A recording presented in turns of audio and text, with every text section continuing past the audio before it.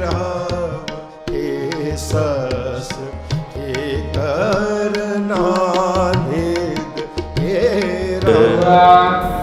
तब करने जानियो सिंह अब छाड़त नाहे, तेरा बहु तिस अपनी आपे दई कटाए। वाहिगुरु जी का खालसा वाहिगुरु जी की फतेह। जुगो जुग अटल चवर छतर तख्त के मालिक दीन दुनिया के वाली साहिब गरीब नवाज धन धन श्री गुरु ग्रंथ साहिब जी महाराज गुरुदेव जी की पावन हजूरी अंदर हाजरियां भर रही गुरु स्वरूप गुरु खालसा साध संगत लड़ीवार खालसे पंथ दे महान अजीम इतिहास नूं आप सरवण कर रहे हो। कल का जो प्रकरण सरवण किया सी अहमद शाह अब्दाली दे जो गिलजे ਸਿੰਘਾਂ ਦਾ ਟਾਕਰਾ ਕਰਨ ਵਾਸਤੇ आए, उन्होंने चिट्ठी लिखी कि तुसीं गीदी हो गवार हो बुजदिल हो। इस तरह जो पंथ की निंदिया की सरदार चढ़त सिंह छोटी उम्र विच सी, बालक सी, रोह विच आ गया।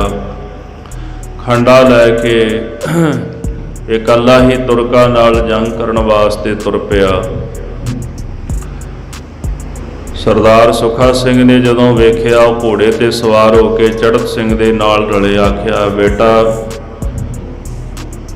इन्हां गिलजियां दा तू मुकाबला नहीं कर सकदा, बड़े बड़े जवान ताकतवर ने, सारा शरीर लोहे नाल मढ़िया होया है। चढ़त सिंह कहंदा भाई सुखा सिंह जी नूं तुसीं सही कहंदे हो, पर मैं गुरु पंथ की निंदिया नहीं सुन सकता। यह गल सुन के भाई सुखा सिंह कहते भी मैं जावांगा। संजोग पैनी घोड़े ते सवार होके गिलजे नूं जा वंगारिया, आ भाई मेरे नाल मुकाबला कर। ਸਿੰਘਾਂ नूं बुजदल कहना पंथ की निंदिया करदा।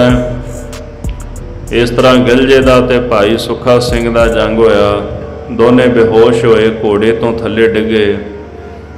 भाई सुखा सिंह नूं जदों थोड़ी होश आई तो उन्होंने गिलजे दे पेट दे विच शस्त्र मार के ते उन्हूं मार दिता। इस तरह जदों वापस आए तो चढ़त सिंह ने घोड़े ते बिठाया तो भाई सुखा सिंह की मदद की, वापस लैके आए। बाकी रहिंदे गिलजियां ने भी हमला कर दिता। उन्हां दा टाकरा खालसे ने कीता ते गिलजियां नूं पिछां मोड़ दिता। इस प्रकार भाई सुखा सिंह ने खालसे पंथ कोलों जिहड़ी कन्या मारन दा दोष लगा सी वो गलती वो भुल बख्शाई है। इस तो बाद सरदार चढ़त सिंह ने पंथ नाल मिल के नूर दी सरा, संगर कोट, मजीठा इन्हां सारे इलाकिਆਂ नूं खालसे ने मार लिया। बाद विच छीना पिंड उत्थे हमला किया ਸਿੰਘਾਂ ने, जिथे करमा छीना रहिंदा सी बड़ा दुष्ट, जिन्हें बड़े सिंह कतल करवाए सन। उन्होंने जदों पता लग्या कि सिंह आ गए, उन्हें किला बनाया सी ते किले विच आकी होके बह गया। सो आओ लड़ीवार कथा सरवण करिए, मन बिरतियां एकागर करन वास्ते। सरबत संगतां जपो जी सतनाम श्री वाहिगुरु साहिब जीओ। सतनाम श्री वाहिगुरु साहिब जीओ। तब कर मैंने जानियो सिंह अब छाड़त नाहे। ਸਿੰਘਾਂ ने छीना पिंड नूं जदों घेरा पा लिया 4 चफेरे तो ते करमा जिहड़ा सी उहने मन विच जान लिया कि हुण ਸਿੰਘਾਂ ने मैनूं जिउंदा नहीं छड्डना, क्योंकि उहनूं अपणियां कीतियां होईयां करतूतां याद सन कि मैं किन्ने क ਸਿੰਘਾਂ दा कतल करा दिता है जिन्हां दी गिणती नहीं हो सकदी। सो मेरे कीते होए अपराध की सज़ा ਸਿੰਘ मैनूं जरूर देणगे। तेरा बहु तिस अपनी आपे दई कटाए। ये कर्मा जिहड़ा सी ਇਹਨੇ 13 ਵਿਆਹ ਕੀਤੇ ਸਨ। ਇਹਦੀਆਂ ਘਰ ਵਾਲੀਆਂ ਦੀ ਗਿਣਤੀ 13 ਸੀ। ਇਹਨੇ ਕੀ ਕੀਤਾ ਵੀ ਉਹ 13 ਦੀਆਂ 13 ਆਪਣੇ ਹੱਥੀਂ ਮਾਰ ਦਿੱਤੀਆਂ। ਆਪ ਤਾਂ ਮਰਨਾ ਹੀ ਸੀ ਪਾਪੀ ਨੇ, ਤੇ ਆਪਣੀਆਂ ਇਸਤਰੀਆਂ ਜਿਹੜੀਆਂ ਸਨ ਉਹਨਾਂ ਨੂੰ ਵੀ ਇਸੇ ਤਰ੍ਹਾਂ ਸ਼ਸਤਰਾਂ ਨਾਲ ਵੱਢ ਕੇ ਤੇ ਮਾਰ ਦਿੱਤਾ ਹੈ। ਹੁਣ ਸਿੰਘਾਂ ਨੂੰ ਇਸ ਗੜੀ ਨੂੰ ਸਰ ਕਰਦਿਆਂ ਕਈ ਦਿਨ ਲੱਗ ਗਏ। ਕਈ ਦਿਨਾਂ ਦੇ ਵਿੱਚ ਸਿੰਘਾਂ ਨੇ ਇਸ ਗੜੀ ਨੂੰ ਮਾਰਿਆ ਹੈ। ਇੱਕ ਅਟਾਰੀ ਸੀ, ਉਸ ਅਟਾਰੀ ਵਿੱਚ ਕਰਮਾਂ ਜਾ ਬੈਠਾ। ਪਹਿਲਾਂ ਗੜੀ ਤੇ ਕਬਜ਼ਾ ਸਿੰਘਾਂ ਨੇ ਕਰ ਲਿਆ, ਉੱਚੀ ਅਟਾਰੀ ਵਿੱਚ ਜਾ ਕੇ ਬਹਿ ਗਿਆ। ਆਕੀ ਹੋ ਕੇ ਬਾਗੀ ਹੋ ਕੇ ਬਹਿ ਗਿਆ ਹੈ।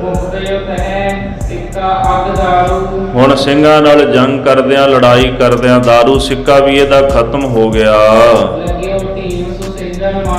ਇਹਨੇ ਅਟਾਰੀ ਤੇ ਨਾ ਢੀਮਾਂ ਇੱਟਾਂ ਰੱਖੀਆਂ ਸਨ ਤੇ ਉੱਚੇ ਪਾਸਿਓਂ ਇੱਟਾਂ ਚੁੱਕ ਚੁੱਕ ਕੇ ਸਿੰਘਾਂ ਨੂੰ ਮਾਰਨ ਲੱਗ ਪਿਆ। ਉਸ ਤੋਂ ਬਾਅਦ ਜਿਹੜੇ ਸਿੰਘ ਸਨ ਉਹ ਅਟਾਰੀ ਤੇ ਜਾ ਚੜੇ।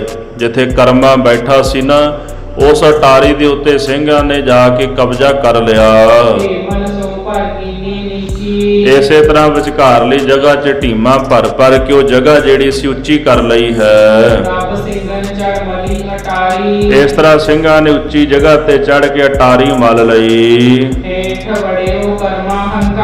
ਇਸ ਤੋਂ ਬਾਅਦ ਉਹ ਹੰਕਾਰੀ ਜਿਹੜਾ ਕਰਮਾਂ ਦੁਸ਼ਟ ਸੀ ਉਹ ਹੇਠਾਂ ਜਾ ਵੜਿਆ। ਭਾਵ ਕਿ ਨੀਵੀਂ ਥਾਂ ਤੇ ਭੋਰਾ ਬੇਸਮੈਂਟ ਬਣਾਈ ਹੋਈ ਸੀਗੀ।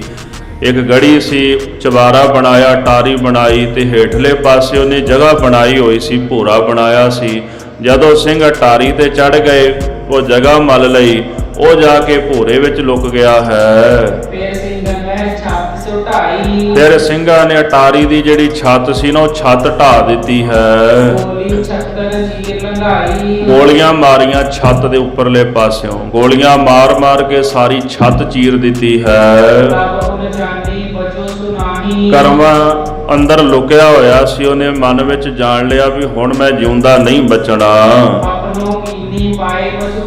ਕਿਉਂਕਿ ਉਹਨੇ ਆਪਣਾ ਜੋ ਕਰਮ ਕਰਤੂਤ ਜੋ ਪਾਪ ਕੀਤਾ ਸੀ ਉਹ ਚੇਤੇ ਆ ਗਿਆ। ਆਪਣੇ ਕੀਤੇ ਹੋਏ ਕਰਮਾਂ ਕਰਕੇ ਹੁਣ ਪਛਤਾਉਂਦਾ ਹੈ। ਸੋਚਣ ਲੱਗਾ ਕਿ ਹੁਣ ਸਿੰਘਾਂ ਨੇ ਮੈਨੂੰ ਜਿਉਂਦਾ ਨਹੀਂ ਛੱਡਣਾ। ਮੈਂ ਜੋ ਕੁਝ ਕੀਤਾ ਹੈ ਸਿੰਘਾਂ ਨਾਲ ਉਹਦਾ ਬਦਲਾ ਇਹ ਮੇਰੇ ਕੋਲੋਂ ਜ਼ਰੂਰ ਲੈਣਗੇ। ਉਹਨੇ ਬੜੇ ਖੋਟੇ ਕਰਮ ਕੀਤੇ ਸਨ। ਸਿੰਘਾਂ ਨੂੰ ਜ਼ਕਰੀਆ ਖਾਨ ਦੇ ਕੋਲ ਗ੍ਰਿਫਤਾਰ ਕਰਾਇਆ, ਸਿੰਘਾਂ ਨੂੰ ਕਤਲ ਕਰਾਇਆ। ਆਪਣੇ ਹੱਥੀਂ ਬੜੇ ਸਿੰਘ ਜਿਹੜੇ ਸਨ ਗੋਲੀਆਂ ਮਾਰ ਕੇ, ਤਲਵਾਰਾਂ ਮਾਰ ਕੇ, ਫਾਹੇ ਲਾ ਲਾ ਕੇ ਇਹਨੇ ਸ਼ਹੀਦ ਕੀਤੇ ਸਨ। ਕੀਤੇ ਹੋਏ ਖੋਟੇ ਕਰਮ ਯਾਦ ਆ ਗਏ, ਚੇਤੇ ਆ ਗਏ। ਸਾਧ ਸੰਗਤ ਜੀ, ਇਹਨੇ ਸਿੰਘਾਂ ਨੂੰ ਲਲਕਾਰ ਕੇ ਇੱਕ ਗੱਲ ਆਖੀ ਹੈ। ਆਖਣ ਲੱਗਾ ਵੀ ਇਸ ਤਰ੍ਹਾਂ ਹੈ ਵੀ ਤੁਸੀਂ ਉਹ ਜ਼ਿਆਦੇ ਜਾਣੇ ਤੇ ਮੈਂ ਇਕੱਲਾ ਜਾਣਾ ਰਹਿ ਗਿਆ, ਵੀ ਤੁਸੀਂ ਇਕੱਲੇ ਨਾਲ ਇਕੱਲਾ ਲੜ ਲਓ। ਮੈਂ ਇਕੱਲਾ ਤੇ ਤੁਹਾਡੇ ਵੱਲੋਂ ਇੱਕ ਸਿੰਘ ਆ ਜਾਏ ਤੇ ਇਸ ਤਰ੍ਹਾਂ ਇਕੱਲੇ ਨਾਲ ਇਕੱਲਾ ਮੁਕਾਬਲਾ ਕਰੋ। ਭਾਈ ਸੁੱਖਾ ਸਿੰਘ ਜੀ ਉਸ ਜੰਗ ਦੇ ਵਿੱਚ ਹਾਜ਼ਰ ਹਨ। ਕੰਬੋ ਕੀ ਮਾੜੀ ਨਗਰ ਦੇ ਰਹਿਣ ਵਾਲੇ, ਇਹਨਾਂ ਦੀ ਬਹਾਦਰੀ ਸਾਰੇ ਜਹਾਨ ਵਿੱਚ ਪ੍ਰਗਟ ਹੈ। ਸਾਰੇ ਲੋਕ ਇਹਨਾਂ ਦੀ ਬਹਾਦਰੀ ਨੂੰ ਭਲੀ ਪ੍ਰਕਾਰ ਜਾਣਦੇ ਹਨ। ਇਹਨਾਂ ਨੇ ਇਸ ਤੋਂ ਪਹਿਲਾਂ ਬੜੇ ਅਖਾੜੇ ਕੀਤੇ, ਭਾਵ ਬੜੇ ਜੰਗ ਕੀਤੇ ਹਨ। ਸਾਧ ਸੰਗਤ ਜੀ, ਉਸੇ ਵਕਤ ਭਾਈ ਸੁੱਖਾ ਸਿੰਘ ਜੀ ਕਹਿਣ ਲੱਗੇ, ਠੀਕ ਹੈ ਭਾਈ, ਆ ਕੇ ਮੇਰੇ ਨਾਲ ਜੰਗ ਕਰਨਾ ਕਰ, ਮੈਂ ਤੇਰੇ ਨਾਲ ਯੁੱਧ ਕਰਨ ਵਾਸਤੇ ਤਿਆਰ ਹਾਂ। ਇਸੇ ਪ੍ਰਕਾਰ ਭਾਈ ਸਾਹਿਬ ਕਹਿੰਦੇ, ਹੇ ਕਰਮਿਆ ਤੂੰ ਮੇਰੇ ਨਾਲ ਆ ਕੇ ਜੰਗ ਕਰ, ਬਾਹਰ ਨਿਕਲ, ਤੈਨੂੰ ਹੋਰ ਕਿਸੇ ਨਾਲ ਜੰਗ ਕਰਨ ਦੀ ਲੋੜ ਨਹੀਂ। ਤੂੰ ਚਾਹੁੰਦਾ ਵੀ ਇਕੱਲੇ ਨਾਲ ਜੰਗ ਕਰੇ, ਤੂੰ ਆ ਕੇ ਮੇਰੇ ਨਾਲ ਜੰਗ ਕਰ। ਤੈਨੂੰ ਕੋਈ ਸਿੰਘ ਕੁਝ ਨਹੀਂ ਆਖੇਗਾ, ਕਿਸੇ ਦਾ ਡਰ, ਕਿਸੇ ਦਾ ਭੈ ਮਨ ਵਿੱਚ ਮੰਨਣ ਦੀ ਤੈਨੂੰ ਲੋੜ ਨਹੀਂ ਹੈ। ਸੋ ਆ ਕਰਕੇ ਤੂੰ ਸਾਡੇ ਹੱਥ ਨਾਲ ਲੜ ਲੈ, ਭਾਵ ਹੱਥਾਂ ਨਾਲ ਜੰਗ ਕਰਨਾ ਵੀ ਘੋਲ ਕਰ ਲੈ। ਜੇ ਤੂੰ ਆਖੇ ਵੀ ਤੂੰ ਹੱਥਾਂ ਨਾਲ ਘੋਲ ਕਰਨਾ ਹੈ ਤੇ ਮੈਂ ਤੇਰੇ ਨਾਲ ਹੱਥਾਂ ਨਾਲ ਘੋਲ ਕਰਨ ਵਾਸਤੇ ਤਿਆਰ ਹਾਂ। ਕਨ ਢੀਮਨ ਸੋਟਨ ਸਾਲ ਭਾਵੇਂ ਤੂੰ ਮੁਕੀਆਂ ਨਾਲ ਲੜਨਾ ਚਾਹੁੰਦਾ ਹੈ, ਮੁਕੀਆਂ ਨਾਲ ਲੜ ਲੈ। ਜੇ ਤੂੰ ਇੱਟਾਂ ਮਾਰਨ, ਇੱਕ ਦੂਜੇ ਦੇ ਇੱਟਾਂ ਮਾਰਨੀਆਂ ਨੇ, ਇਸ ਤਰ੍ਹਾਂ ਲੜਾਈ ਕਰਨੀ ਤਾਂ ਵੀ ਕਰ ਲੈ। ਇਸੇ ਪ੍ਰਕਾਰ ਜੇ ਤੂੰ ਸੋਟਿਆਂ ਨਾਲ ਲੜਨਾ ਚਾਹੁੰਦਾ ਤੇ ਸੋਟਿਆਂ ਨਾਲ ਲੜ ਲੈ, ਵੀ ਤੇਰੀ ਮਰਜ਼ੀ ਹੈ। ਭਾਵੇਂ ਸੋਟਾ ਲੈ ਕੇ ਲੜ ਲੈ, ਭਾਵੇਂ ਢੀਮਾ ਮਾਰ ਕੇ ਲੜ ਲੈ, ਭਾਵੇਂ ਮੁੱਕੀਆਂ ਮਾਰ ਕੇ ਲੜ ਲੈ, ਤੇ ਭਾਵੇਂ ਹੱਥਾਂ ਨਾਲ ਆ ਕੇ ਲੜਾਈ ਕਰ ਲੈ, ਪਹਿਲਵਾਨੀ ਕਰ ਲੈ, ਘੁਲ ਲੈ। ਤੇਰੀ ਮਰਜ਼ੀ, ਜਿਵੇਂ ਤੂੰ ਆਖੇਂਗਾ ਉਵੇਂ ਹੋ ਜਾਵੇਗਾ। ਤੀਰ ਬੰਦੂਕ ਹੋਰ ਭਉ ਨਾਹੀ ਹਾਂ, ਤੇਰੇ ਕੋਲ ਜੇ ਤੀਰ ਹੈ ਤੇ ਤੂੰ ਤੀਰ ਲਾਇਆ, ਤੀਰ ਚਲਾ ਕੇ ਜੰਗ ਕਰ ਲੈ। ਜੇ ਤੇਰੇ ਕੋਲ ਬੰਦੂਕ ਹੈ, ਬੰਦੂਕ ਨਾਲ ਲੜਾਈ ਕਰਨਾ ਚਾਹੁੰਦਾ ਤੇ ਬੰਦੂਕ ਦੇ ਨਾਲ ਲੜਾਈ ਕਰ ਲੈ। ਇਸ ਤਰ੍ਹਾਂ ਹੋਰ ਭਉ ਨਾਹੀ, ਨਾ ਤਾਂ ਮੈਨੂੰ ਕਿਸੇ ਪ੍ਰਕਾਰ ਦਾ ਖੌਫ ਹੈ ਤੇ ਨਾ ਤੈਨੂੰ ਕਿਸੇ ਪ੍ਰਕਾਰ ਦਾ ਖੌਫ ਕਰਨ ਦੀ ਲੋੜ ਹੈ। ਕੋਈ ਸਿੰਘ ਤੈਨੂੰ ਹੱਥ ਨਹੀਂ ਲਾਵੇਗਾ। ਕਹਿ ਆਵਾਂ ਮੈਂ ਕਿ ਤੂੰ ਆਹੀ ਫਿਰ ਭਾਈ ਸਾਹਿਬ ਕਹਿੰਦੇ ਹੁਣ ਮਰਜ਼ੀ ਤੇਰੀ ਹੈ, ਦੱਸ। ਜੇ ਤਾਂ ਤੂੰ ਬਾਹਰ ਆਉਣਾ ਵਿੱਚੋਂ ਭੋਰੇ ਦੇ ਤਾਂ ਵੀ ਠੀਕ ਹੈ, ਨਹੀਂ ਤੇ ਫਿਰ ਮੈਂ ਆਉਣਾ ਆ। ਮੈਂ ਤੈਨੂੰ ਇਸੇ ਕਰਕੇ ਪਹਿਲੀ ਵਾਰ ਕਹਿਣਾ ਵੀ ਤੂੰ ਭੋਰੇ ਵਿੱਚੋਂ ਬਾਹਰ ਆ ਜਾ। ਜੇ ਤੂੰ ਭੋਰੇ ਵਿੱਚੋਂ ਬਾਹਰ ਨਾ ਆਇਆ ਤੇ ਮੈਂ ਤੇਰੇ ਕੋਲ ਆਉਣ ਲੱਗਾ ਹਾਂ। ਸਭ ਕਰ ਮੈਨੇ ਪਕੜੀ ਢਾਲ ਕਰਮੇ ਨੇ ਸੋਚਿਆ ਵੀ ਹੁਣ ਇਸ ਤੋਂ ਚੰਗਾ ਮੌਕਾ ਹੋਰ ਕੋਈ ਨਹੀਂ ਮਿਲਣਾ, ਇਹਦੇ ਨਾਲੋਂ ਚੰਗਾ ਇਹੀ ਹੈ ਵੀ ਆਪ ਹੀ ਬਾਹਰ ਨਿਕਲ ਜਾਓ। ਕਰਮੇ ਨੇ ਆਪਣੇ ਹੱਥ ਦੇ ਵਿੱਚ ਢਾਲ ਫੜ ਲਈ ਹੈ। ਆਇਓ ਸ਼ੇਰ ਜਿਉ ਭਰ ਕੇ ਛਾਲ ਸ਼ੇਰ ਦੇ ਵਾਂਗੂ ਛਾਲ ਮਾਰ ਕੇ ਭੋਰੇ ਵਿੱਚੋਂ ਬਾਹਰ ਆ ਗਿਆ।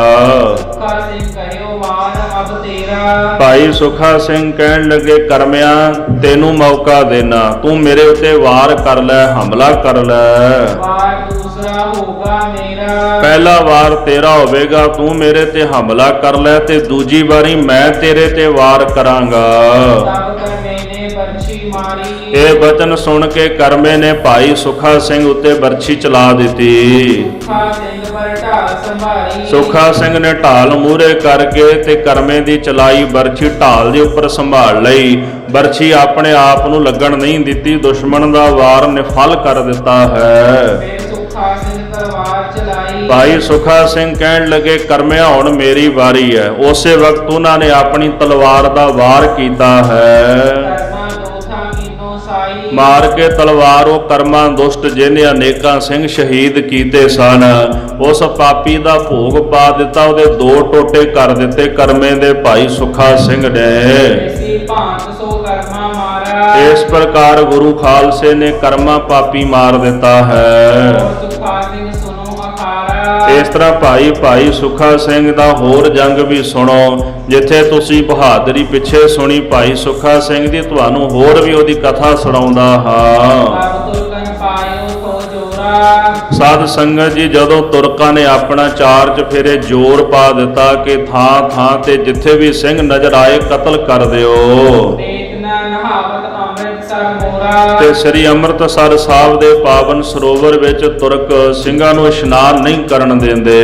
ਆਨ ਫੌਜ ਤੁਰਕਨ ਬੋ ਰਹੇ ਤੁਰਕਾਂ ਦੀ ਬਹੁਤ ਭਾਰੀ ਫੌਜ ਸ੍ਰੀ ਅੰਮ੍ਰਿਤਸਰ ਸਾਹਿਬ ਆ ਗਈ। ਗੁਰੂ ਕੀ ਨਗਰੀ ਨੂੰ, ਸਰੋਵਰ ਨੂੰ, ਹਰਿਮੰਦਰ ਸਾਹਿਬ ਨੂੰ ਆ ਕੇ ਚਾਰ ਚਫੇਰੇ ਤੋਂ ਘੇਰਾ ਪਾ ਦਿੱਤਾ ਹੈ। ਮੇਲੋ ਕਰਨ ਖਾਲਸਾ ਚਹੇ ਖਾਲਸਾ ਮੇਲਾ ਕਰਨਾ ਚਾਹੁੰਦਾ ਸੀ ਕਿ ਦੀਵਾਲੀ ਦਾ ਮੇਲਾ ਸਜਾਇਆ ਜਾਏ, ਵਿਸਾਖੀ ਦਾ ਮੇਲਾ ਸਜਾਇਆ ਜਾਏ, ਤੇ ਤੁਰਕ ਸਿੰਘਾਂ ਨੂੰ ਉੱਥੇ ਮੇਲਾ ਨਹੀਂ ਸੀ ਮਨਾਉਣ ਦਿੰਦੇ।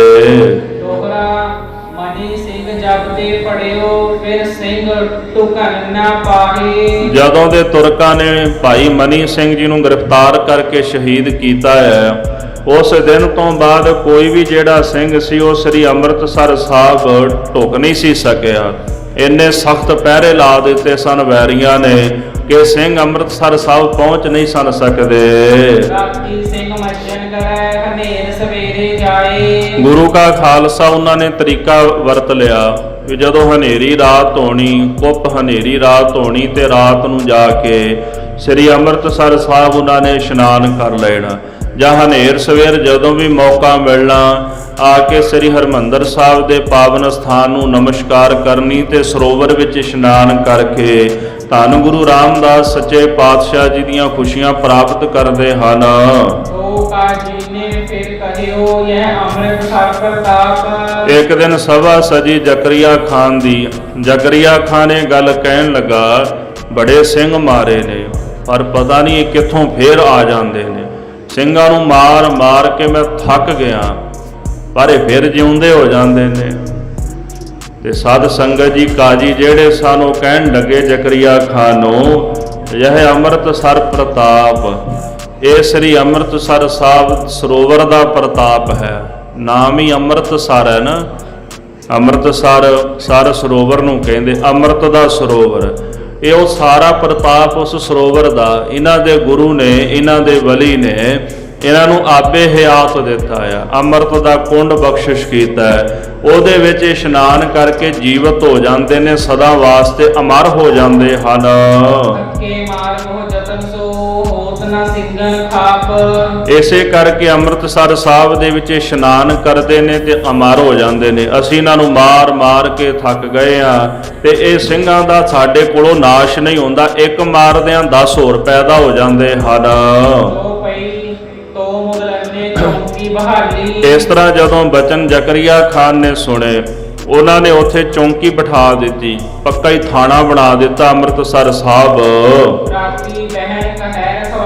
ਹੁਣ ਰਾਤ ਦੇ ਸਮੇਂ ਵੀ ਬਹਿ ਕੇ ਸਰੋਵਰ ਦੀ ਰਖਵਾਲੀ ਤੁਰਕ ਕਰਦੇ ਹਨ ਵੀ ਕੋਈ ਸਿੰਘ ਇੱਥੇ ਆ ਕੇ ਇਸ਼ਨਾਨ ਨਾ ਕਰ ਸਕੇ। ਇੰਨੀ ਗੱਲ ਤਾਂ ਤੁਰਕਾਂ ਨੂੰ ਸਮਝ ਆ ਗਈ ਸੀ, ਜਿਹੜੀ ਗੱਲ ਅੱਜ ਦੇ ਸਾਡੇ ਅਖੌਤੀ ਪ੍ਰਚਾਰਕਾਂ ਨੂੰ ਸਮਝ ਨਹੀਂ ਆਈ। ਇੰਨੀ ਗੱਲ ਤੁਰਕ ਸਮਝ ਗਏ ਸਨ ਵੀ ਇਸ ਸਰੋਵਰ ਵਿੱਚ ਇਸ਼ਨਾਨ ਕਰਕੇ ਇਹ ਅਮਰ ਹੋ ਜਾਂਦੇ ਨੇ, ਜਿਹੜੀ ਗੱਲ ਅੱਜ ਸਾਡੇ ਸਿੱਖਾਂ ਦੇ ਭੇਜੇ ਵਿੱਚ ਨਹੀਂ ਵੜਦੀ ਪਈ। ਤੇ ਉਹ ਹਰ ਵਕਤ ਨਿੰਦਿਆ, ਸਰੋਵਰਾਂ ਦੀ ਨਿੰਦਿਆ, ਹਰਿਮੰਦਰ ਸਾਹਿਬ ਦੀ ਨਿੰਦਿਆ। ਕਾਰਨ ਇਹੀ ਹੈ ਵੀ ਉਹ ਤਰੀਕਾ ਅਪਣਾਇਆ ਗੌਰਮੈਂਟ ਨੇ, ਉਹ ਸਾਡੇ ਵਿੱਚ ਸਰਕਾਰੀ ਪ੍ਰਚਾਰਕ ਬਿਠਾ ਦਿੱਤੇ। ਪਹਿਲਾਂ ਕਦੀ ਉਹਨਾਂ ਨੇ ਸਰੋਵਰ ਪੂਰ ਦਿੱਤਾ, ਅਬਦਾਲੀ ਵਰਗਿਆਂ ਨੇ ਹਰਿਮੰਦਰ ਸਾਹਿਬ ਦੀਆਂ ਨੀਹਾਂ 'ਚ ਬਰੂਦ ਭਰ ਕੇ ਉਡਾ ਦਿੱਤਾ, ਕਦੇ ਅਕਾਲ ਤਖਤ ਸਾਹਿਬ ਢਾਹ ਦਿੱਤਾ, ਸਰੋਵਰ ਮਿੱਟੀ ਨਾਲ ਪੂਰ ਦਿੱਤਾ। ਖੇਤੀ ਵੀ ਕੀਤੀ ਤੁਰਕਾਂ ਨੇ, ਇਹੋ ਜਿਹੇ ਕੰਮ ਵੀ ਕੀਤੇ ਉਹਨਾਂ ਨੇ। ਪਰ ਖਾਲਸਾ ਸਦਾ ਹੀ ਸ੍ਰੀ ਹਰਿਮੰਦਰ ਸਾਹਿਬ ਦੀ ਪਵਿੱਤਰਤਾ ਨੂੰ ਕਾਇਮ ਰੱਖਣ ਵਾਸਤੇ ਸ਼ਹਾਦਤ ਦਿੰਦਾ ਆਇਆ, ਤੇ ਅੱਜ ਗੁਰੂ ਕਾ ਸਥਾਨ ਉਸੇ ਪ੍ਰਕਾਰ ਚੜ੍ਹਦੀ ਕਲਾ ਵਿੱਚ ਤੇ ਜੁਗੋ ਜੁਗ ਅਟਲ ਹੈ। ਅਵਚਲ ਨਗਰ ਗੋਬਿੰਦ ਗੁਰੂ ਕਾ ਨਾਮ ਜਪਤ ਸੁਖ ਪਾਇਆ ਰਾਮ। ਇਹ ਅਵਚਲ ਨਗਰ ਹੈ, ਇਹਨੂੰ ਨਹੀਂ ਕੋਈ ਖਤਮ ਕਰ ਸਕਦਾ, ਇਹਨੂੰ ਖਤਮ ਕਰਨ ਵਾਲੇ ਖਤਮ ਹੋ ਗਏ। ਹੁਣ ਉਹਨਾਂ ਨੇ ਉਹ ਤਰੀਕਾ ਅਪਣਾ ਲਿਆ ਵੀ ਸਿੱਖਾਂ ਦੇ ਦਿਮਾਗ ਵਿੱਚ ਇਹ ਗੱਲਾਂ ਭਰ ਦਿਓ, ਸਟੇਜਾਂ ਤੇ ਬਹਿ ਕੇ ਟਾਰਾਂ ਮਾਰੀ ਜਾਣਗੇ ਵੀ ਉੱਥੇ ਜਾ ਕੇ ਕੀ ਮਿਲਦਾ, ਨਹਾ ਕੇ ਕੁਛ ਨਹੀਂ ਮਿਲਣਾ। ਜੇ ਤਾਂ ਤੁਹਾਨੂੰ ਪ੍ਰਚਾਰਕਾਂ ਤੇ ਭਰੋਸਾ ਹੈ, ਅਖੌਤੀ ਪ੍ਰਚਾਰਕਾਂ ਤੇ ਜਿਹੜੇ ਹਰਿਮੰਦਰ ਸਾਹਿਬ ਦੀ ਨਿੰਦਿਆ ਕਰਦੇ ਨੇ, ਇਹਦਾ ਭਾਵ ਵੀ ਤੁਸੀਂ ਗੁਰੂ ਗ੍ਰੰਥ ਸਾਹਿਬ ਤੇ ਭਰੋਸਾ ਨਹੀਂ ਕਰਦੇ। ਰਾਮਦਾਸ ਸਰੋਵਰ ਨਹਾਵੈ, ਜਿਹੜਾ ਉਸ ਸਰੋਵਰ ਵਿੱਚ ਇਸ਼ਨਾਨ ਕਰਦਾ, ਸੋ ਜਨ ਪਰਮਗਤ ਪਾਵੈ, ਉਹ ਪਰਮਗਤੀ ਦੀ ਪ੍ਰਾਪਤੀ ਕਰ ਲੈਂਦਾ।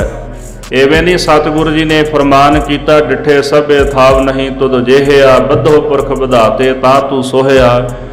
ਇਹ ਬਚਨ ਉਚਾਰਨ ਤਾਂ ਹੀ ਕੀਤੇ ਸਨ ਵੀ ਸਾਰੇ ਦੁਨੀਆ ਦੇ ਸਥਾਨ ਵੇਖ ਲਏ, ਜਿਹੋ ਜਿਹਾ ਥਾਂ ਧੰਨ ਗੁਰੂ ਰਾਮਦਾਸ ਸੱਚੇ ਪਾਤਸ਼ਾਹ ਆਪ ਜੀ ਦਾ, ਇਹੋ ਜਿਹਾ ਥਾਂ ਦੁਨੀਆ ਵਿੱਚ ਹੋਰ ਕੋਈ ਹੈ ਹੀ ਨਹੀਂ। ਸੋ ਇਸ ਕਰਕੇ ਦਾਸ ਦਾ ਕਹਿਣ ਤੋਂ ਭਾਵ ਵੀ ਜਿਹੜੀ ਗੱਲ ਤੁਰਕਾਂ ਦੇ ਪੱਲੇ ਪੈ ਗਈ ਨਾ, ਤੁਰਕਾਂ ਨੂੰ ਸਮਝ ਆ ਗਈ, ਉਹ ਸਾਡੇ ਭੇਜੇ ਵਿੱਚ ਨਹੀਂ ਵੜਦੀ ਪਈ। ਅੱਜ ਦੇ ਸਮੇਂ ਵਿੱਚ ਤੁਰਕ ਸਮਝ ਗਏ ਕਿ ਅੰਮ੍ਰਿਤਸਰ ਸਾਹਿਬ ਇਸ਼ਨਾਨ ਕਰਕੇ ਸਿੰਘ ਅਮਰ ਹੋ ਜਾਂਦੇ ਨੇ। ਉਹਨਾਂ ਨੇ ਉੱਥੇ ਜਾ ਕੇ ਚੌਂਕੀ ਬਿਠਾ ਦਿੱਤੀ, ਰਾਤ ਨੂੰ ਬਹਿ ਕੇ ਰਖਵਾਲੀ ਕਰਦੇ ਹਨ। ਫਿਰ ਤੁਰਕਾਂ ਨੇ ਅੰਮ੍ਰਿਤਸਰ ਸਾਹਿਬ ਦੇ ਸਰੋਵਰ ਦੇ ਚਫੇਰੇ ਬੁਰਜ ਬਣਾ ਦਿੱਤੇ ਹਨ। ਉਹਨਾਂ ਉੱਚੇ ਬੁਰਜਾਂ ਦੇ ਵਿੱਚ ਉਹਨਾਂ ਨੇ ਬੰਦੂਕਚੀ ਬਿਠਾ ਦਿੱਤੇ। ਤੇ ਤੁਰਕ ਕਹਿੰਦੇ ਵੀ ਜਦੋਂ ਰਾਤ ਦਾ ਸਮਾਂ ਕਿਤੇ ਅੰਮ੍ਰਿਤ ਹਿੱਲੇ ਨਾ, ਜਿੱਥੇ ਰਾਤ ਨੂੰ ਜਦੋਂ ਕੋਈ ਸਿੰਘ ਆ ਕੇ ਇਸ਼ਨਾਨ ਕਰੇਗਾ ਤੇ ਸੁਭਾਵਕ ਹੈ ਵੀ ਅੰਮ੍ਰਿਤ ਹਿੱਲੇਗਾ, ਜਲ ਵਿੱਚੋਂ ਹਿੱਲੇਗਾ। ਤੇ ਜਦੋਂ ਰਾਤ ਦੇ ਸਮੇਂ ਕੋਈ ਹਲਚਲ ਹੋਵੇਗੀ, ਅੰਮ੍ਰਿਤ ਹਿੱਲਣ ਦਾ ਖੜਾਕ ਹੋਵੇਗਾ। ਤੇ ਤੁਸੀਂ ਇਸ ਤਰ੍ਹਾਂ ਉੱਤੋਂ ਬੰਦੂਕ ਚਲਾ ਦੇਣੀ, ਗੋਲੀ ਚਲਾ ਦੇਣੀ ਤੇ ਸਿੰਘ ਸ਼ਹੀਦ ਕਰ ਦੇਣੇ ਹਨ। ਸਿੰਘਾਂ ਨੇ ਫਿਰ ਤਰੀਕਾ ਵਰਤ ਲਿਆ ਵੀ ਸਿੰਘ ਰਾਤ ਨੂੰ ਆਇਆ ਕਰਨ ਤੇ ਹੌਲੀ ਜੀ ਸਰੋਵਰ ਵਿੱਚ ਵੜ ਕੇ ਤੇ ਇਸ਼ਨਾਨ ਕਰ ਲੈਂਦੇ ਹਨ। ਇਸ ਤਰ੍ਹਾਂ ਤੁਰਕਾਂ ਦੀਆਂ ਅੱਖਾਂ ਵਿੱਚ ਸਿੰਘਾਂ ਨੇ ਘੱਟਾ ਪਾਈ ਰੱਖਿਆ ਹੈ। ਕਾਜੀ ਫਿਰ ਗੁੱਸਾ ਹੋ ਗਿਆ, ਇਹ ਹਲੇ ਵੀ ਨਹੀਂ ਟਲਦੇ ਇਸ਼ਨਾਨ ਕਰਨ ਤੋਂ, ਤੇ ਗੁੱਸੇ ਦੇ ਵਿੱਚ ਆ ਕੇ ਫਿਰ ਉਹਨੇ ਨਵੀਂ ਵਿਉਂਤ ਬਣਾ ਲਈ। ਡੇਰਾ ਬਹੁ ਭੋਜਨ ਕਾ ਕਰਾਇਆ, ਬਹੁਤ ਸਾਰੀਆਂ ਫੌਜਾਂ ਲਾਹੌਰ ਤੋਂ ਭੇਜ ਕੇ ਤੇ ਅੰਮ੍ਰਿਤ ਸਰੋਵਰ ਦੇ 4 ਚੁਫੇਰੇ ਫੌਜਾਂ ਦਾ ਡੇਰਾ ਕਰਾ ਦਿੱਤਾ। ਤਬ ਫੌਜਦਾਰ ਉਨਕੀਨੋ ਗਰਭ, ਜਿਹੜਾ ਹੁਣ ਫੌਜਦਾਰ ਸੀ, ਕਮਾਂਡੋ ਸੀ, ਫੌਜ ਦਾ ਸੈਨਾਪਤੀ ਸੀ, ਉਹਨੇ ਹਿਰਦੇ ਵਿੱਚ ਬੜਾ ਗਰਭ ਹੰਕਾਰ ਕੀਤਾ ਹੈ। ਲਿਖ ਭੇਜਿਓ ਜੈ ਖਾਲਸਾ ਸਬਰ, ਜਦੋਂ ਉਹਨੇ ਵੇਖਿਆ ਨਾ ਵੀ ਸਿੰਘ ਆ ਕੇ ਇੱਥੇ ਹੁਣ ਇਸ਼ਨਾਨ ਨਹੀਂ ਕਰਦੇ, ਦਾਤਾ ਸਿੰਘ ਉਦੋਂ ਵੀ ਮਾਰਦੇ ਸਨ ਪਰ ਪਤਾ ਨਹੀਂ ਸੀ ਲੱਗਣ ਦਿੰਦੇ। ਜਦੋਂ ਬਹੁਤੀਆਂ ਫੌਜਾਂ ਆ ਕੇ ਬਹਿ ਗਈਆਂ, ਪਹਿਰਾ ਜ਼ਿਆਦਾ ਸਖਤ ਹੋ ਗਿਆ ਤੇ ਹੰਕਾਰ ਦੇ ਵਿੱਚ ਆ ਕੇ ਨਾ ਸੈਨਾਪਤੀ ਨੇ ਚਿੱਠੀ ਲਿਖ ਮਾਰੀ ਖਾਲਸੇ ਨੂੰ, ਚਿੱਠੀ ਲਿਖ ਕੇ ਭੇਜ ਦਿੱਤੀ ਹੈ। ਦੋਹਰਾ ਤੁਮ ਸਿੰਘ ਕਹਾਵੋ ਸੂਰਟ, ਉਹ ਕਹਾਵੋ ਗੁਰੂ ਕੇ ਲਾਲ। ਸੈਨਾਪਤੀ ਕਹਿਣ ਲੱਗਾ ਵੀ ਤੁਸੀਂ ਆਪਣੇ ਆਪ ਨੂੰ ਸਿੰਘ ਕਹਾਉਂਦੇ ਹੋ, ਸ਼ੇਰ ਕਹਾਉਂਦੇ ਹੋ, ਵੀ ਤੁਸੀਂ ਬੜੇ ਦਲੇਰ ਹੋ, ਸੂਰਮੇ ਵੀ ਕਹਾਉਂਦੇ ਹੋ। ਉਹ ਕਹਾਵੋ ਗੁਰੂ ਕੇ ਲਾਲ, ਤੇ ਗੁਰੂ ਦੇ ਲਾਲ ਪੁੱਤਰ ਵੀ ਕਹਾਉਂਦੇ ਹੋ, ਵੀ ਤੁਸੀਂ ਗੁਰੂ ਨਾਲ ਬੜਾ ਪਿਆਰ ਕਰਨ ਵਾਲੇ ਹੋ। ਤੋ ਜਾਣੋ ਮੈਂ ਸੂਰਮੇ ਆਏ ਨਹਾਓ ਅੰਮ੍ਰਿਤਸਰ ਚਾਲ, ਮੈਂ ਤੁਹਾਨੂੰ ਤਾਂ ਸੂਰਮਾ ਜਾਣਾਂਗਾ ਜੇ ਤੁਸੀਂ ਆ ਕੇ ਅੰਮ੍ਰਿਤਸਰ ਸਰੋਵਰ ਦੇ ਵਿੱਚ ਹੁਣ ਇਸ਼ਨਾਨ ਕਰੋ, ਫਿਰ ਤੁਹਾਨੂੰ ਸੂਰਮਾ ਸਮਝਾਂਗਾ। ਪਹਿਲਾਂ ਜਿਹੜਾ ਇਸ਼ਨਾਨ ਕਰਕੇ ਕਰ ਗਏ, ਪਰ ਜੇ ਹਿੰਮਤ ਹੈ ਤੇ ਹੁਣ ਆ ਕੇ ਇਸ਼ਨਾਨ ਕਰਕੇ ਵਿਖਾਵੋ। ਚੋਪਈ ਸੁਨਤ ਖਾਲਸੋ ਸਭ ਚੁੱਪ ਰਹਿਓ, ਇਹ ਚਿੱਠੀ ਜਦੋਂ ਖਾਲਸੇ ਨੇ ਪੜ੍ਹੀ ਤੇ ਸਾਰਾ ਖਾਲਸਾ ਪਹਿਲਾਂ ਚੁੱਪ ਹੋ ਗਿਆ ਹੈ। ਉਹ ਉੱਤਰ ਕੀ ਨੈ ਨਾ ਕਹਿਓ, ਕਿਸੇ ਨੇ ਇਸ ਚਿੱਠੀ ਦਾ ਜਵਾਬ ਨਹੀਂ ਦਿੱਤਾ, ਕਿਉਂਕਿ ਇੱਕ ਤਾਂ ਗਿਣਤੀ ਥੋੜੀ ਸੀ ਸਿੰਘਾਂ ਦੀ, ਹੁਣ ਇੰਨੇ ਸਖਤ ਪਹਿਰੇ ਵਿੱਚ ਇਸ਼ਨਾਨ ਕਰਨਾ ਵੀ ਬਹੁਤ ਜ਼ਿਆਦਾ ਔਖਾ ਸੀਗਾ। ਇਸ ਕਰਕੇ ਸਾਰਾ ਖਾਲਸਾ ਜਿਹੜਾ ਉਹ ਚੁੱਪ ਹੋ ਗਿਆ, ਖਾਮੋਸ਼ ਹੋ ਗਿਆ ਹੈ। ਤਬ ਸੁਖਾ ਸਿੰਘ ਬੋਲ ਸੁਣਾਇਆ, ਭਰੀ ਸਭਾ ਵਿੱਚ ਭਾਈ ਸੁਖਾ ਸਿੰਘ ਨੇ ਖਾਲਸੇ ਨੂੰ ਇਹ ਬਚਨ ਸੁਣਾਇਆ ਹੈ। ਉਹ ਤਕੜੋ ਅਬ ਖਾਲਸੋ ਆਇਆ, ਚਿੱਠੀ ਲਿਖ ਕੇ ਭੇਜੀ, ਆਖਿਆ ਖਾਲਸਾ ਜੀ ਚਿੱਠੀ ਲਿਖ ਕੇ ਭੇਜੋ, ਜਵਾਬ ਦਿਓ ਤੁਰਕਾਂ ਨੂੰ।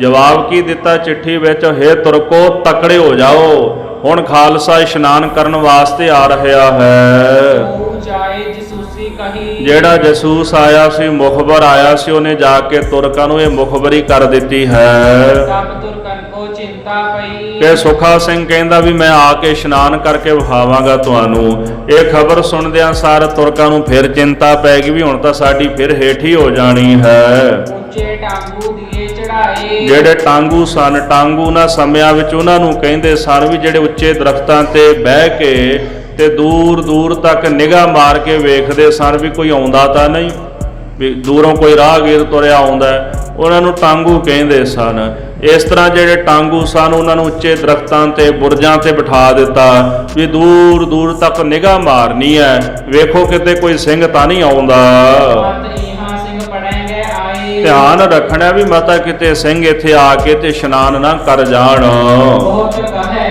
ਇਹਾਂ ਆਵੇ ਕੌਣ, ਬਹੁਤੀ ਫੌਜ ਤਾਂ ਇਹੀ ਗੱਲ ਕਹਿੰਦੀ ਆ ਵੀ ਇੱਥੇ ਕਿਹਨੇ ਆਉਣਾ ਹੈ। ਇਹਾਂ ਆਵਣ ਕਿਆ ਆਵਾ ਗੌਣ, ਇੱਥੇ ਆਉਣਾ ਤਾਂ ਬੜਾ ਔਖਾ ਹੈ, ਆਉਣਾ ਜਾਣਾ ਸੰਭਵ ਵੀ ਨਹੀਂ। ਇੰਨੀਆਂ ਫੌਜਾਂ ਬੁਰਜਾਂ ਤੇ ਬੰਦੂਕਚੀ ਬੈਠੇ ਨੇ, ਹਰ ਪਾਸੇ ਸਖਤ ਪਹਿਰਾ ਹੈ, ਦਿਨੇ ਰਾਤ ਕੋਈ ਆਪਣੀ ਨਿਗਾਹ ਵੀ ਇੱਥੇ ਝਪਕਦਾ ਨਹੀਂ।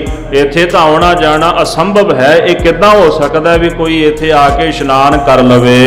ਇਹਾਂ ਰਾਤ ਕੋ ਟੁਕਨ ਨਾ ਪਾਵੇ, ਇੱਥੇ ਤਾਂ ਰਾਤ ਕੋਈ ਨੇੜੇ ਢੁੱਕ ਨਹੀਂ ਸਕਦਾ, ਪੰਛੀ ਨੀਰ ਦੇ ਪੀਣ ਨਾ ਖਾਵੇ, ਤੇ ਦਿਨ ਦੇ ਸਮੇਂ ਅਸੀਂ ਇੱਥੇ ਪੰਛੀਆਂ ਨੂੰ ਵੀ ਜਲ ਨਹੀਂ ਛਕਣ ਦਿੰਦੇ, ਤੇ ਸਿੰਘ ਕਿੱਥੋਂ ਆ ਕੇ ਇਸ਼ਨਾਨ ਕਰ ਲੈਣਗੇ। ਭਾਵ ਕਿ ਅਸੀਂ ਤਾਂ ਪੰਛੀਆਂ ਨੂੰ ਵੀ ਪਰ ਨਹੀਂ ਮਾਰਨ ਦਿੰਦੇ, ਤੇ ਸਿੰਘਾਂ ਦਾ ਆ ਕੇ ਇਸ਼ਨਾਨ ਕਰਨਾ ਤਾਂ ਬੜੀ ਦੂਰ ਦੀ ਗੱਲ ਹੈ।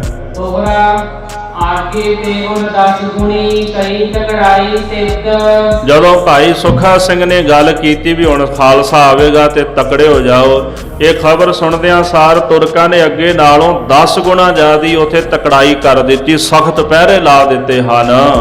ਸੁਣੋ ਸੋ ਆਵਤ ਸਿੰਘ ਕੋ ਆਇਓ ਥੋ ਤਬ ਜਿਤ, ਹਾਂਜੀ, ਸੁਣੋ ਸੋ ਆਵਤ ਸਿੰਘ ਕੋ ਆਇਓ ਥੋ ਢੱਗ ਜਿਤ, ਭਾਈ ਰਤਨ ਸਿੰਘ ਜੀ ਕਹਿੰਦੇ ਸੁਣੋ ਖਾਲਸਾ ਜੀ, ਜਿਸ ਤਰੀਕੇ ਨਾਲ ਭਾਈ ਸੁਖਾ ਸਿੰਘ ਸ੍ਰੀ ਹਰਿਮੰਦਰ ਸਾਹਿਬ ਪਹੁੰਚਿਆ ਤੇ ਆ ਕੇ ਸਰੋਵਰ ਵਿੱਚ ਉਹਨਾਂ ਇਸ਼ਨਾਨ ਕੀਤਾ ਹੈ, ਸੁੱਖ ਸੁਖਾ ਸਿੰਘ ਕਾਬਿਓ ਕਹਿਓ ਰਾਤ ਨਹਾਉ ਤਬ ਚੋਰ। ਭਾਈ ਸੁੱਖਾ ਸਿੰਘ ਜੀ ਖਾਲਸੇ ਨੂੰ ਕਹਿਣ ਲੱਗੇ ਵੀ ਜੇ ਰਾਤ ਦੇ ਸਮੇਂ ਜਾ ਕੇ ਇਸ਼ਨਾਨ ਕਰਾਂਗਾ ਤੇ ਤੁਰਕਾਂ ਨੇ ਕਹਿਣੇ ਵੀ ਇਹ ਚੋਰ ਹੈ, ਵੀ ਰਾਤ ਨੂੰ ਆ ਕੇ ਇਸ਼ਨਾਨ ਕਰਕੇ ਗਿਆ ਹੈ। ਨਹਾਉ ਦੋ ਮੈਂ ਦਿਲ ਵਿਖੇ ਸ੍ਰੀ ਸਤਿਗੁਰ ਕੇ ਜੋਰ। ਰਾਤ ਵੇਲੇ ਜਾ ਕੇ ਇਸ਼ਨਾਨ ਕਰਨਾ ਤਾਂ ਚੋਰਾਂ ਵਾਲੀ ਗੱਲ ਹੈ ਨਾ, ਵੀ ਲੁੱਕ ਛਿਪ ਕੇ ਇਸ਼ਨਾਨ ਕਰਨਾ। ਮੈਂ ਸਤਿਗੁਰੂ ਕਲਗੀਧਰ ਜੀ ਦੇ ਜੋਰ ਪ੍ਰਤਾਪ ਤੇ ਸਦਕਾ ਦਿਨ ਵੇਲੇ ਜਾ ਕੇ ਇਸ਼ਨਾਨ ਕਰਾਂਗਾ, ਰਾਤ ਨਹੀਂ ਜਾਵਾਂਗਾ, ਦਿਨੇ ਸਾਰਿਆਂ ਦੇ ਸਾਹਮਣੇ ਇਸ਼ਨਾਨ ਕਰਾਂਗਾ। ਜੋ ਪਈ ਤਬੈ ਖਾਲਸੇ ਭਲੀ ਮਨਾਈ। ਇਸ ਤਰ੍ਹਾਂ ਜਦੋਂ ਭਾਈ ਸੁੱਖਾ ਸਿੰਘ ਜੀ ਇਸ਼ਨਾਨ ਕਰਨ ਵਾਸਤੇ ਤਿਆਰ ਹੋ ਗਏ, ਸਮੂਹ ਖਾਲਸੇ ਨੇ ਇਸ ਗੱਲ ਨੂੰ ਭਲਾ ਮਨਾਇਆ ਹੈ। ਸਤਿਗੁਰ ਪੈਜ ਰਖੇ ਤੋ ਭਾਈ। ਖਾਲਸੇ ਨੇ ਹੁਕਮ ਕੀਤਾ, ਹੈ ਭਾਈ ਸੁੱਖਾ ਸਿੰਘ, ਸਤਿਗੁਰੂ ਤੇਰੀ ਲਾਜ ਰੱਖੇ, ਤੇਰੀ ਪੈਜ ਰੱਖੇ। ਜਿਸ ਕਾਰਜ ਨੂੰ ਕਰਨ ਵਾਸਤੇ ਚੱਲਿਆ ਹੈ ਤੇਰਾ ਕਾਰਜ ਸਫਲਾ ਹੋ ਜਾਵੇ। ਯਹ ਹੈ ਸਿਰੋਂ ਪਰੇ ਕੀ ਬਾਤ। ਖਾਲਸਾ ਕਹਿੰਦਾ ਭਾਈ ਸੁੱਖਾ ਸਿੰਘ ਇਹ ਗੱਲ ਸਿਰ ਤੋਂ ਪਰੇ ਦੀ ਗੱਲ ਹੈ। ਕੌਣ ਸਕੈ ਕਾ ਤੁਮਰੋ ਸਾਥ। ਇਸੇ ਪ੍ਰਕਾਰ ਕੋਈ ਤੇਰੇ ਸਾਥ ਵੀ ਨਹੀਂ ਜਾ ਸਕਦਾ। ਇਹੋ ਜਿਹਾ ਸਖਤ ਪਹਿਰਾ ਲੱਗਾ, ਕੋਈ ਤੇਰੀ ਮਦਦ ਵੀ ਨਹੀਂ ਕਰ ਸਕਦਾ। ਇਹ ਕਾਰਜ ਤੁਹਾਨੂੰ ਆਪ ਇਕੱਲਿਆਂ ਕਰਨਾ ਪੈਣਾ ਹੈ। ਦੋਹਰਾ ਤੁਰਕਨ ਜੋ ਮੁੰਡਾਸਾ ਬੰਦਿਓ ਲਈ ਸੁਹਾਤ ਕਮਾਨ। ਇਸ ਤਰ੍ਹਾਂ ਭਾਈ ਸੁੱਖਾ ਸਿੰਘ ਜੀ ਨੇ ਆਪਣੇ ਸੀਸ ਉੱਪਰ ਨਾ ਮੁੰਡਾਸਾ ਬੰਨ ਲਿਆ। ਮੁੰਡਾਸਾ ਭਾਵੀ ਵੱਡੀ ਜੀ ਪੱਗ ਬੰਨ ਲਈ ਢਿੱਲੀ ਜੀ ਕਰਕੇ, ਜਿਵੇਂ ਤੁਰਕ ਬੰਨ੍ਹਦੇ ਹੁੰਦੇ ਨੇ, ਤੇ ਤੁਰਕਾਂ ਦੇ ਵਾਂਗੂ ਉਹਨਾਂ ਨੇ ਆਪਣੇ ਸੀਸ ਦੇ ਉੱਪਰ ਮੁੰਡਾਸਾ ਕਹਿੰਦੇ ਬੰਨ ਲਿਆ। ਤੇ ਤੁਰਕਾਂ ਵਾਲਾ ਜਿਹੜਾ ਭੇਸ ਜਿਹਾ ਉਹਨਾਂ ਬਣਾ ਲਿਆ ਵੀ ਉਹਨਾਂ ਨੂੰ ਇਉਂ ਹੀ ਲੱਗਣ ਵੀ ਕੋਈ ਮੁਸਲਮਾਨ ਜਿਵੇਂ ਹੈ। ਤੇ ਹੱਥ ਦੇ ਵਿੱਚ ਕਮਾਨ ਫੜ ਲਈ ਭਾਈ ਸੁੱਖਾ ਸਿੰਘ ਨੇ। ਸਵਾ ਪਹਿਰ ਦਿਨ ਜਪ ਰਹਿਓ ਹੋਰ ਰਾਹੂ ਲਿਓ ਆਨ। ਜਦੋਂ ਸਵਾ ਕੁ ਪਹਿਰ ਦਿਨ ਰਹਿ ਗਿਆ, ਜਿਵੇਂ 6 ਵਜੇ ਸ਼ਾਮ ਦੇ ਰਾਤ ਦਾ ਪਹਿਲਾ ਪਹਿਰ ਸ਼ੁਰੂ ਹੁੰਦਾ ਹੈ, ਤੇ ਤੁਸੀਂ ਕਹਿ ਲਓ ਵੀ ਕਰੀਬਨ 1:30 2 ਵਜੇ ਦੇ ਸਮੇਂ ਦੇ ਨੇੜੇ ਤੇੜੇ ਭਾਈ ਸੁੱਖਾ ਸਿੰਘ ਜੀ ਨੇ ਲਾਹੌਰ ਦਾ ਰਸਤਾ ਫੜ ਲਿਆ, ਲਾਹੌਰ ਨੂੰ ਚੱਲ ਪਏ। ਜੋ ਪਈ ਸਰਾ ਰਸਤੇ ਢਿੰਗ ਆਇਓ ਤਲਾਏ। ਇਸ ਤਰ੍ਹਾਂ ਨੂਰ ਦੀ ਸਰਾਂ ਦਾ ਜਿਹੜਾ ਰਾਹ ਸੀ, ਉੱਥੋਂ ਲੰਘਦਿਆਂ ਸ੍ਰੀ ਅੰਮ੍ਰਿਤਸਰ ਸਾਹਿਬ ਪਹੁੰਚ ਗਏ।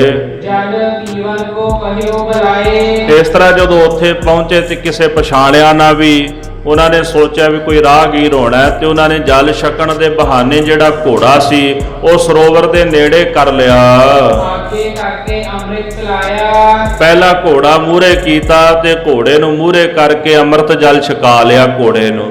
ਉਹਨਾਂ ਦਿਨਾਂ ਦੇ ਵਿੱਚ ਇੱਕ ਘਾਟ ਹੀ ਹੁੰਦਾ ਸੀਗਾ, ਜਿਵੇਂ ਪੌੜੀਆਂ ਆਦਿਕ ਬਹੁਤੀਆਂ ਨਹੀਂ ਸਨ ਬਣੀਆਂ, ਉੱਥੇ ਪਹਿਲਾਂ ਪੌੜੀਆਂ ਨਹੀਂ ਸੀ, ਪੌੜੀਆਂ ਬਾਅਦ ਵਿੱਚ ਬਣਾ ਕੇ ਪੱਕਾ ਕੀਤਾ ਗਿਆ।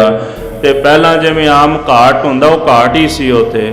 ਇਸ ਤਰ੍ਹਾਂ ਨੇੜੇ ਕਰਕੇ ਘੋੜਾ ਤੇ ਅੰਮ੍ਰਿਤ ਜਲ ਜਿਹੜਾ ਸੀ ਇਸ ਤਰ੍ਹਾਂ ਘੋੜੇ ਨੂੰ ਛਕਾਇਆ ਹੈ। ਉੱਤਰ ਘੋੜੇ ਤੇ ਚੁੱਬਾ ਲਾਇਆ। ਇਸ ਤਰ੍ਹਾਂ ਭਾਈ ਰਤਨ ਸਿੰਘ ਜੀ ਫਿਰ ਆਪ ਭਾਈ ਰਤਨ ਸਿੰਘ ਜੀ ਫਰਮਾਨ ਕਰਦੇ, ਭਾਈ ਸੁੱਖਾ ਸਿੰਘ ਆਪ ਘੋੜੇ ਤੋਂ ਹੇਠਾਂ ਉਤਰਿਆ।